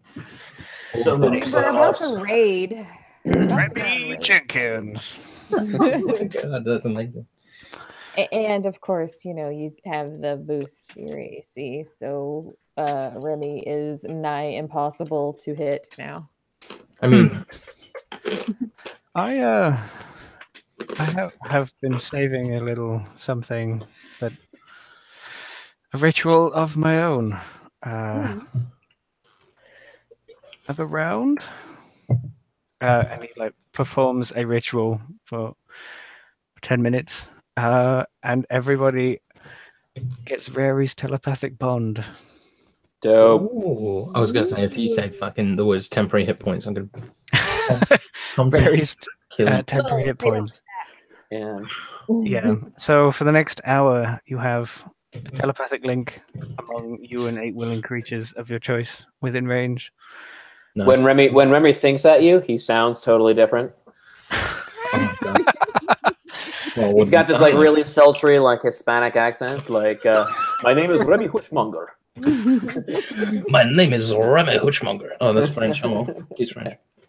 You can also communicate whether or not you have a common language, which is interesting, and it's possible over any distance, though it doesn't extend to other planes. It's a dope spell. So I So- considered taking that as one of my magical secrets. So I'm really glad that Byron got it. because Byron's got everything. He's a wizard. No, exactly. The wizard. I know, but he doesn't get every spell. He still has to choose. Almost every spell. Almost What every is Crane thinking right now? Oh God. I mean, it's Meat and murder, meat and murder, meat and murder, meat and murder. No, he's just literally thinking about how bored he is spell. and how his feet hurt. Unfortunately, with Bari's White Magic Circle, it is only 6, right? There are I think 6 it's of what- you, so I don't really see why that's Or is a it 5? problem. Because I think last time I had to leave out Crean. Because oh wait, no, I had to leave out Bjorid. Yeah, Bjord. Bjorid. I have to Fuck double that guy. check. Right. Well, while she's checking that, are you flying over to the library, perchance? Oh my god, we could. I will totally crash it, but You're gonna fucking crash this boat. it's actually quite. It is difficult. actually a super hard check, and it It's DC shows that because you're 18, level 11. and I have no I don't have a proficiency in it yet. So Can we assist? it's a plus Yeah, Uh, 5. sure you can assist. Okay. Yeah, I mean, because So- I'll have my jack of all trades, so I would have half my proficiency bonus. But unfortunately, my intelligence mod is much lower than Byron's. It's actually very, very difficult. So Yeah, can that we was a get mistake on my part, but I'm not that's changing okay. it. No, I stand mean by it's my a flying decision. ship. Like It's appropriate that it should be a little Yeah. bit going. Yeah. once I I get guess. proficiency, I'll be on +9. But before then, it's not. Is there could I take an easy route that I'm not going to crash it into a building? I mean, the sky. But I don't want to go too high in case we crash. Like, I It think is- you would have to Can I- steer it into the ground for it to crash. That's what I'm gathering. Yeah. It is 5 other people, so Crean will have to go with 5 other people. Yes.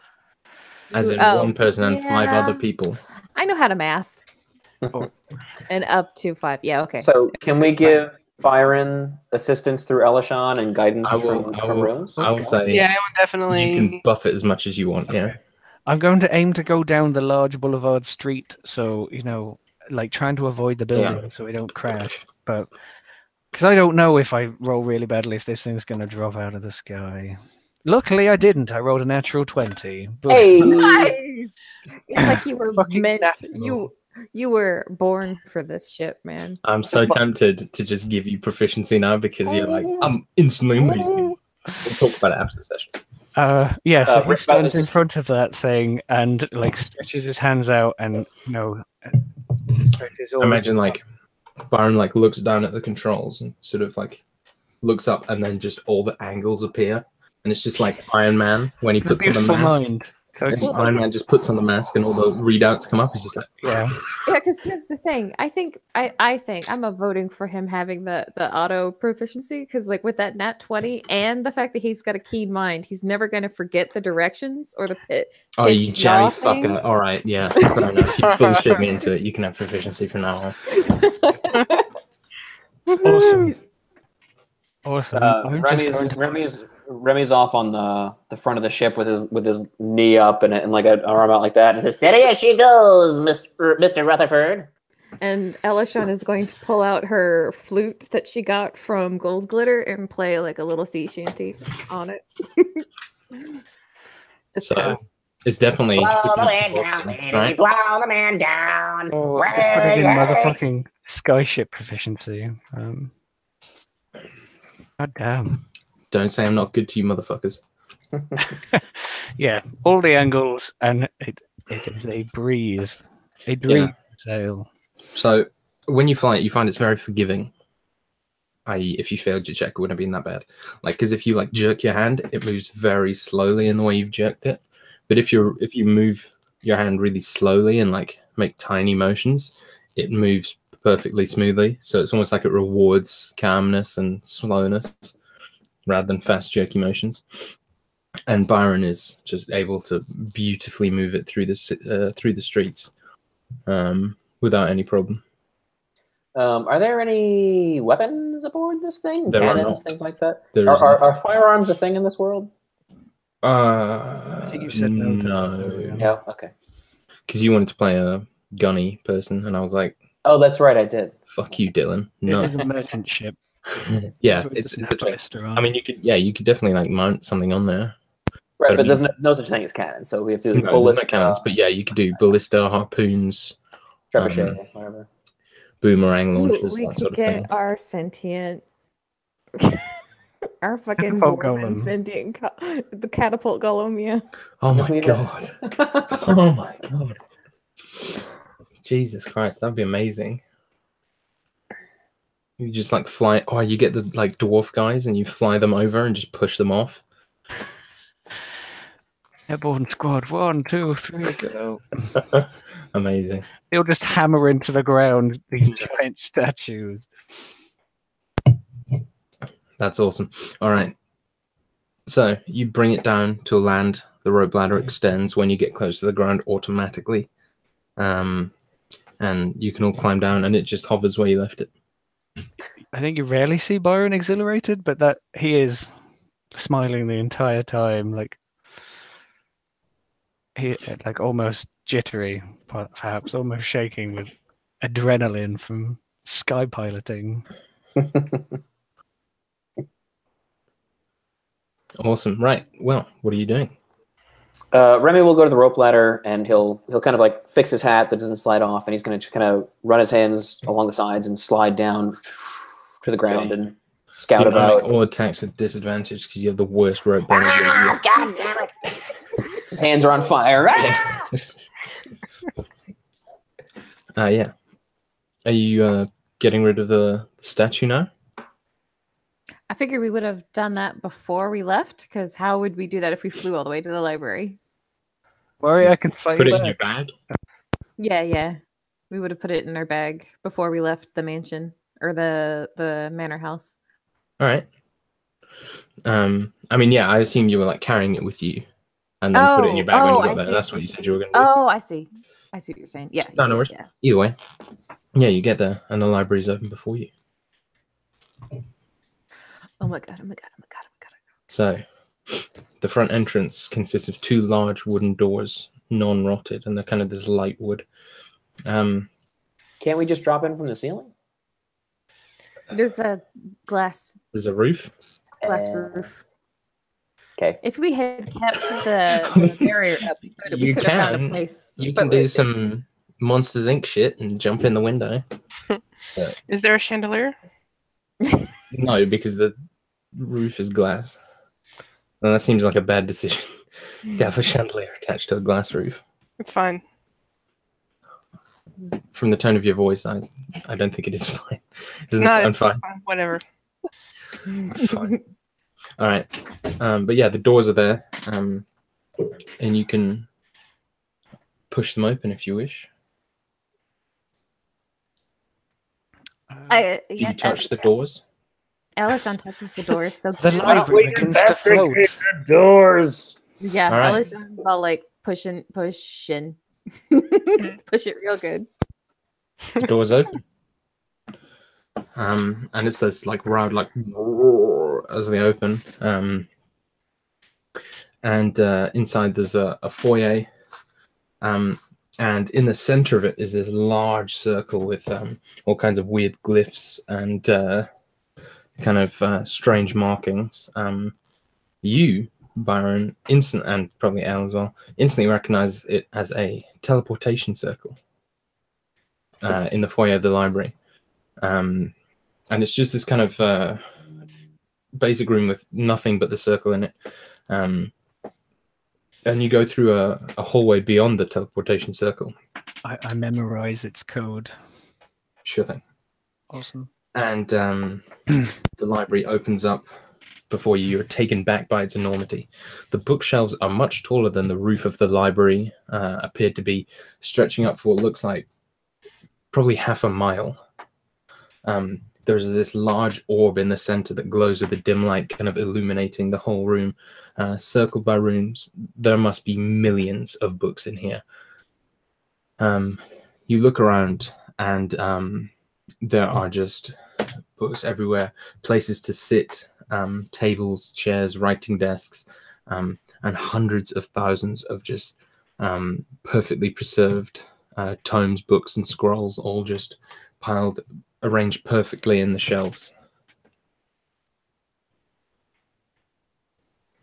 Elishan's excitedly gonna run over to a bookshelf nearby and grab it and read it.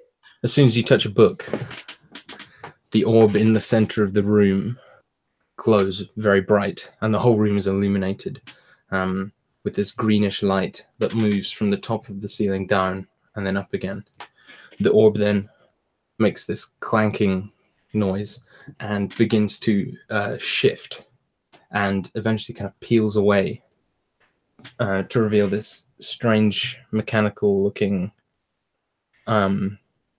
shape. It's kind of confusing, but then it begins to move and stand, and you see it's this enormous automaton, and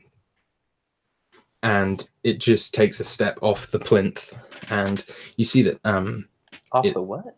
off the plinth. It's like on a plinth that the orb was on, so it comes out from the orb, and it has this huge long blade on one hand, or as one hand, and just this big ass hand as the other one, and begins to walk towards you. Everyone, roll initiative, please. Fuck. I was gonna say I'll take my hand away, but yeah. We should have got a library card. Funny thing is, you actually, yes, should have. Is that 6 for Rose? I Yeah. got 15. 8. With Oh, fucking boy. advantage. Oh yeah, shit, forgot about that. Where do we get advantage from? She gets advantage because of her sentinel shield. Oh, awesome. That did not go well. Remy, you're up first. Don't This- destroy the book! This thing begins running towards you, brandishing its weapons. Oh no! I mean, Remy says, nah! And he'll attack it. So how tall is it? It's just a humanoid automaton? No, it's 10 feet bigger. tall? It's considered large. So 9 to 12 feet tall. Yeah, okay. Yeah, Remy's gonna draw his sword and his letter opener and charge at this thing, and he's gonna start going for the knee joints. Okay. Try to see if he can hobble it.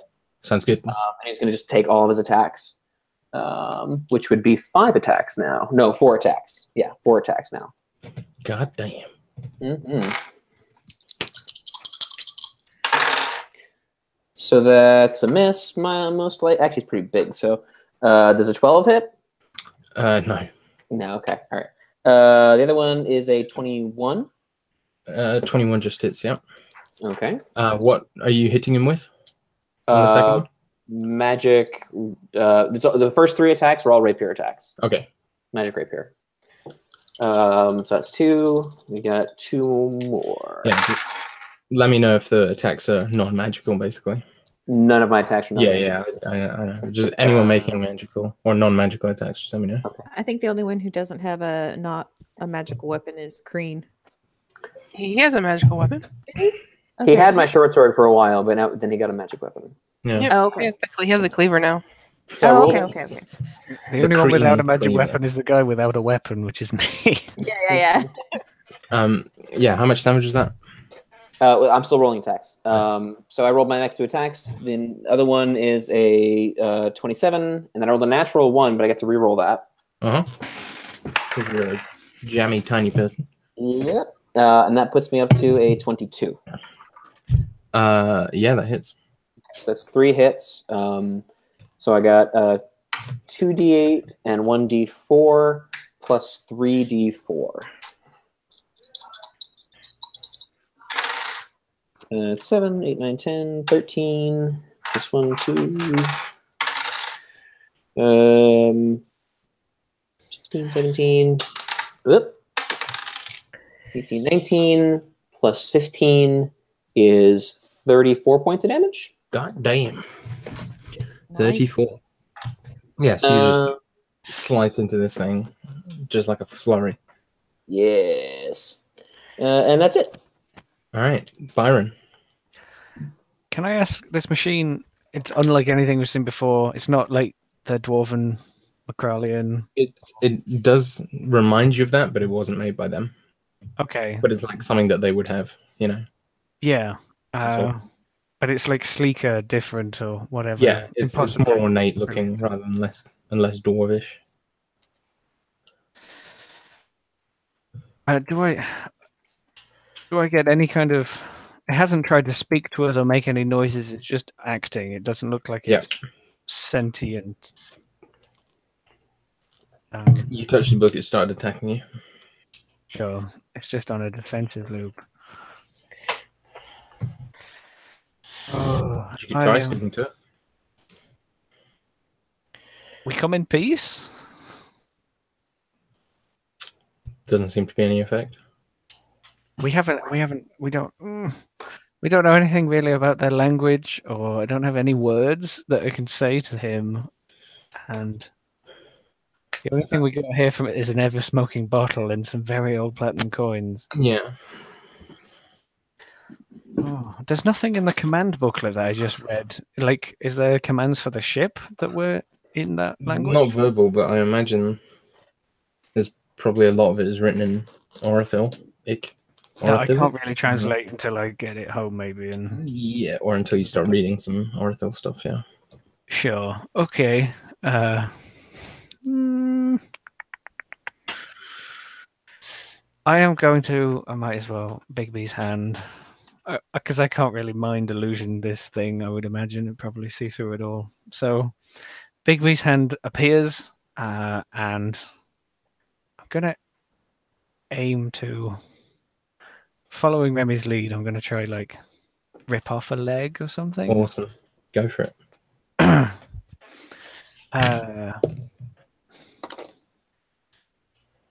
That's a non-natural 20. Oh, yeah, you beat it. Okay. I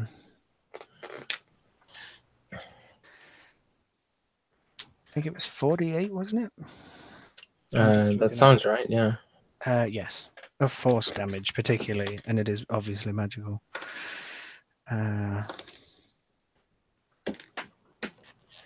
Wow, I rolled 4488, so 24 damage. 24. I'm going to make it have a check to see if his leg comes off. Oh, its leg comes off.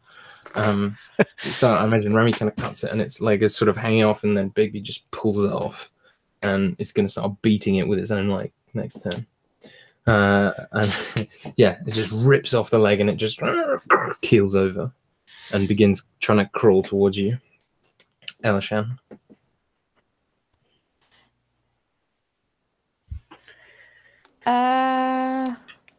She puts the book down and kind of turns toward. Like, oh. Also, sorry, shit. if you want to have retroactively attuned to the amulet, I'll allow that. Ooh. Elishan would have offered it to Remy if he wanted it. Remy wouldn't have put it on unless Byron told him it was okay. Yeah. Ooh. Byron is definitely concerned that it's going to bring the goblin back, so he doesn't want to wear it. Yeah, no, and he I would think voice that, but it's up to everyone else to make their own minds up about wearing it. Yeah, Remy wouldn't wear it without Byron's okay. Yeah, I don't think Elishan would either, considering our track record with.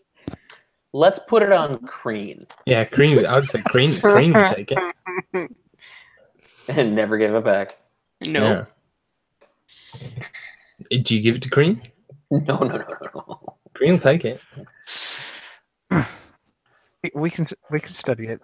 We'll study it. Yeah, sure. We probably don't need it. All right. Back to the fight. Yeah, Elle, your turn. Okay, I don't know if this will work because it's a construct, but just mostly out of reflex, she's going to cast Dissonant Whispers at it. What does that do? It is She whispers a discordant melody that one creature of my choice within range can hear, wrecking it with terrible pain. They make a wisdom saving throw. On a failed save, they take 3d6 psychic damage. If it's a construct, it might be immune to psychic damage. Yeah, that's why I don't know if it'll work. This thing is not immune to psychic damage. Ooh, it has a mind. Mm-hmm. I rolled 4 Did you say a wisdom save? Yes. You roll 4 4s? That's 18. 18? Yeah, it saves then. So it'll take half of that. So it'll take 6 points of psychic damage. Wow. Because my DC is 17. So yeah, it saves. So 6 psychic. Yep. And I'm gonna back away from it. Very well. Its turn. Remy. Come at me, you pansy. It will make 2 attacks against you. Okay. Okay. Oh, damn. A 30 to hit and a 29 to hit. Yeah, those will do it. What was that you were bitching about? Or Corinne was saying about your fucking AC? I'm sorry. It's pretty good. So 24 AC is pretty good. Pretty good. So it's plus 13 to hit. That's pretty good. Okay. Remy, you take 10.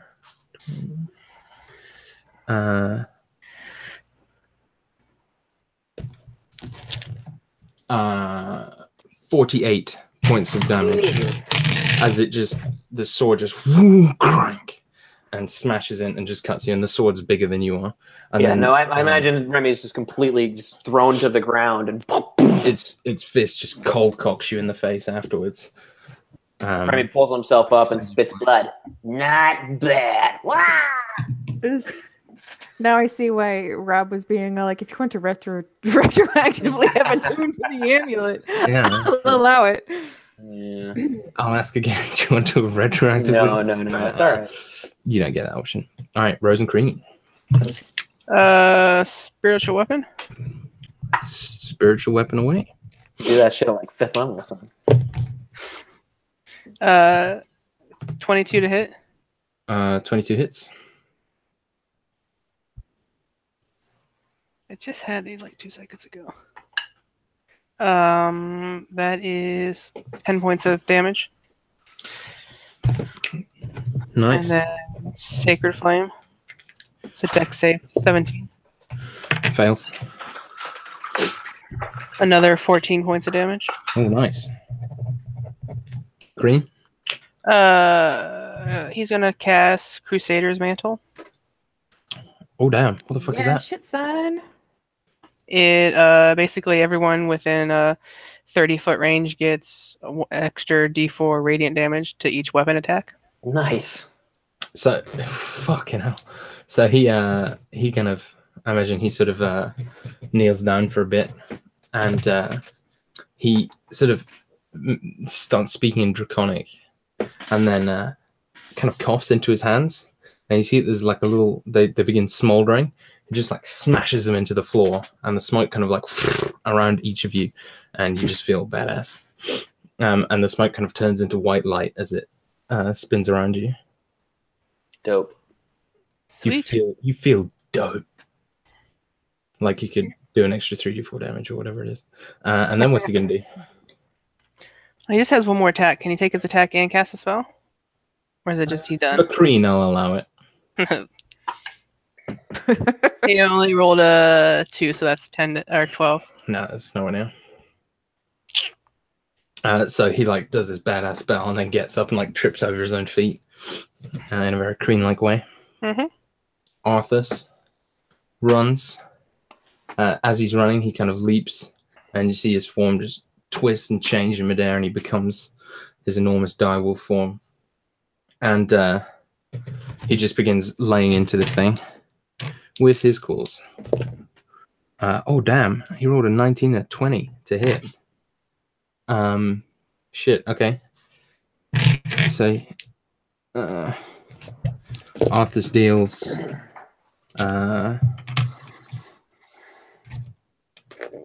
26 points of slashing damage as he just slashes into this thing. Remy. My turn again. Hell yeah, brother. All right, yeah, Remy, still kind of bleeding a fair amount from his mouth. Definitely, that blow took a lot out of him, but he's invigorated in a way that he hasn't been in a fight in a long time. And he's gonna take more attacks. First two. That's a 19, which crits, and a 23, which I think hits. AC is 20. Okay, cool. So 2 hits, 1 crit. It's just because everyone makes so many attacks and stuff now that it's quicker and easier if I just tell you. Sure. And that's another 19, which is on the crit. And I think a miss. 18 misses. So 2 crits and a hit. God damn. So I gotta do some number crunching here. Double the radiant damage that you also gain. Yeah, I know. Shit. So Wait, is it to every attack? Yes. yeah, So that's basically the it's a equivalent lot. of, like, what, 15d4 extra if Pretty you crazy. added dice instead of doubling? So first hit, right, is the crit, or one of the crits. So that's 2d8 plus 2d4. Wait, is That it hit. 2d4 or 3d4? No, So my gauntlet gives me a d4. Oh my god. yeah, which is and- also doubled from the crit. So that's right, 2d4. it's 4d4. It's 4d4 because of the extra Yeah. radiant and the Yep, 2d8 yep. from your sword. Yeah. Yeah. Okay, so 2d8. Hit. Good grief. And then 2d4. Jesus fucking Christ. 12, 15, 19. So the first crit is 23 points of damage. Yep. The second one will be the same number of dice. And 8. Plus 4 is 12, plus an additional 4 is 16. Plus 5 is 21 for the second hit. Okay. What was the or you first could- hit again, sorry? Shit. I think it was 23 on your 23. first crit. 23, 21. Okay. And then the regular hit with the dagger. No. Sorry. It was also a rapier hit. Yeah, the first three. Right? And so that will be just a d8 plus 2d4. That's not great. 4, 2, 4, 9 points of damage. You did 53 points of damage. Pretty good. Amazing. So you just get smashed and then you come back with a vengeance. This thing is like just cracking up and basically falling apart at this point. Byron. I feel like I should offer a high five with a. With the mage hand. With the With mage Bigby's hand. hand? Well, I could actually do it with the mage hand while using Bigby's on the same time. That's true. They can high five each other. So, Byron, because I can do apparently to do the Bigby's hand after you cast it, it's only a bonus action, which is insane. What I'd like to try and do, if I can not get too close to the thing, is there anything I can try and like learn, transcribe, like anything from the orb, like any sort of command word that I can? Not in 6 Type it seconds. Not in 6 seconds. Okay, because No. I didn't You want could this to sit be- there for like 10 minutes and I'd say yes, but Okay, fair enough. I'm just gonna punch it to start with, I guess. well, you're gonna hit it with its own leg, Yes, that's what I'm right? going to Yeah, do. just making sure you weren't terrible. I don't know if that gives me any extra damage. That D4 was- extra, sure. I'm a generous I mate don't- this evening. It doesn't have to. Does it count as a radiant weapon attack? The creature is magical, so sure, it's a magical weapon. Uh, Have you even hit? Did you? Did you roll to hit? You told me the armor, and I said that I. All right. Just I didn't hear no. you say hit. Sorry, no. Sorry, No I said worries. that 19 damage. Not count. I don't think it gets the radiant, but using the leg, because it's not a creature, is it? So actually, it has an AC and hit points and strength and dex. Yeah. Would you say it gets the radiant? I don't think it needs it, but All right. Just how much damage do you do? 19. Okay, that's enough to kill it. Oh, okay. Jesus Christ.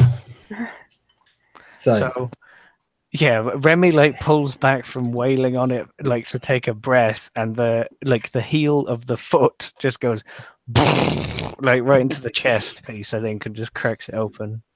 and this thing just falls apart into many pieces on the floor, and the room goes silent. Now, the next section I'm going to describe here takes place in less than a second for Remy. Remy, the edges of your vision begins to go dark, as though you've just woken up or something, and you begin looking around, kind of blinking, confused, and you see black drops of there's drops of black ichor just dripping onto the floor and hissing slightly, about 10, 15 feet in front of you, just coming from nowhere. And as you watch, it just drips, like the drops just appearing in midair. You see just this weird kind of dissonant movement in the air, and then just an eye bursts open. The eye is larger than your entire body. It's like 5 feet wide, 5 feet tall, and it's this huge yellow, disgusting, bloodshot eye, surrounded by black, just crying black ichor that hisses onto the floor. You hear a chilling whisper inside your head. Remy. Hello, eyeball. It begins kind of...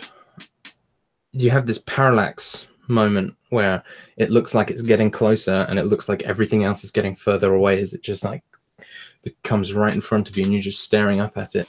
It says, I am Cathane, the Wisher. I see you. I can help you. You want strength. Strength to protect your friends. Strength to protect your sister. Do you want power? Wealth? I can give you these things. Can I insight check the floating talking eyeball? You can certainly insight check the floating eyeball. Can anybody help? So, can I look and see my friends around? Yeah. They are frozen in time. Okay. Insight's going to be a 15. All right. You are petrified. You don't know what's happening. You have no reason to believe this thing is lying to you. But you can still have it's not trying to charm you, but it's very charming. And I mean, the things you've seen, you reckon that if you had that much power, if you had access to its power, you could do real good. Right, but Remy don't trust magic. Yeah.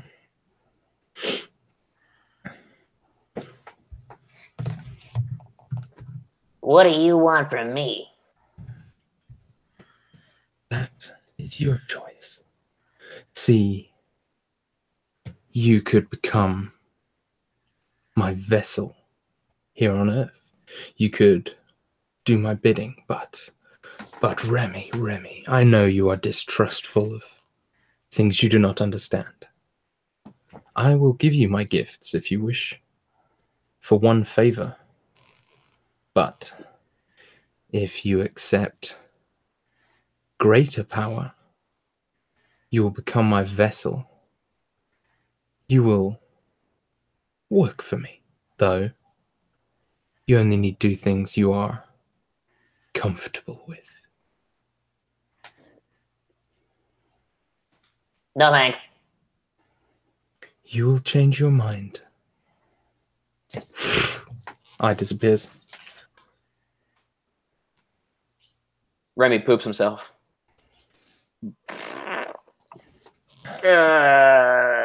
You feel a searing burning on the palm of your hand.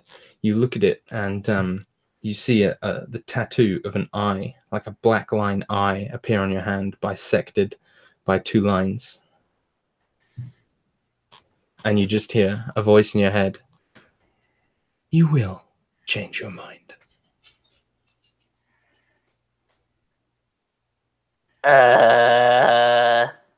Hux. Help. All right. So everyone else, less than a second has passed. The thing has barely even hit the floor properly yet. I mean, I did. You didn't really look like you needed it, but No.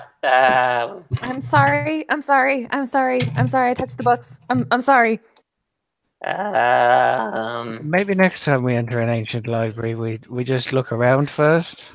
Hux. I got excited. What's up, Remy? I mean, it hit you pretty hard, but still standing. Do you know what that is? He shows you his palm. Sweet ink, bro. So, no time to do that. Can I make a check? You can make a near impossible Arcana check. Can I make What? one too, or no? Just Byron. You can make a near impossible Arcana check. Near impossible is my thing, baby. That's 27 because I rolled an 18. Whoa. What did you Just roll 'cause- natural? 18 on the dice. Okay, plus the so 9. you know that looks like to be honest, it looks kind of like a holy symbol, but it looks much more creepy and eldritch than a holy symbol. Remy has kind of like dropped to his knees. He's sort of sitting on his haunches, and he's breathing very heavily. Something just tried to make a deal with me. I don't know what it was.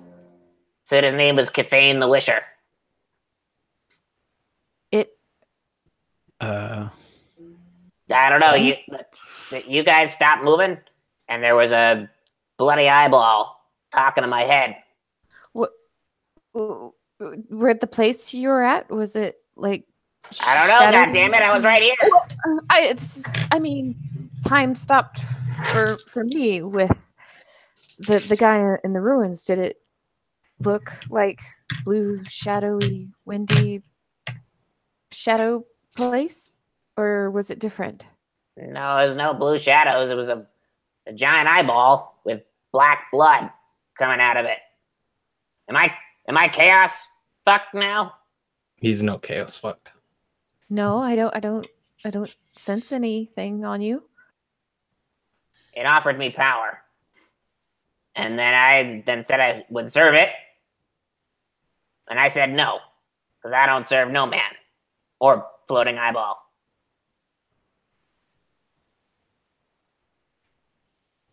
But then it's put this thing on me that I'll change my mind.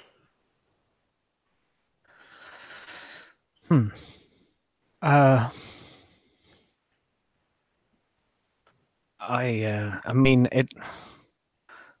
That looks like a mark of. Which hand was it on? Is it my right or left hand, Rob? You choose. Okay, we'll say left hand. It looks like a mark of something of great power. I don't recognize it as anything holy. Do you, Rose? Something look holy. strange of it. It doesn't look holy, but it looks like a not religious, but like a mark of something. Yeah. Well, take it off, please. Take it off now. Take it off. Take it off. All right. He's like hyperventilating a little bit.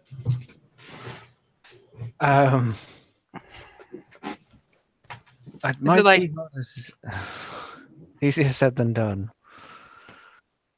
Is it like burnt in or? It's like it's almost like a tattoo below the skin.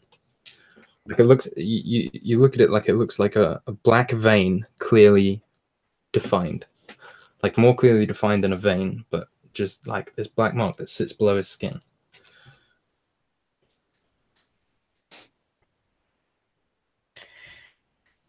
It's beyond my powers, I believe.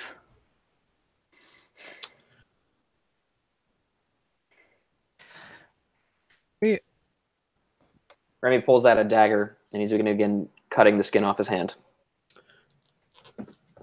Stab the skin. You kind of Scream stab it pain. and pull it away. Black blood drips out of your palm. Ah! And we'll end the game there. Oh.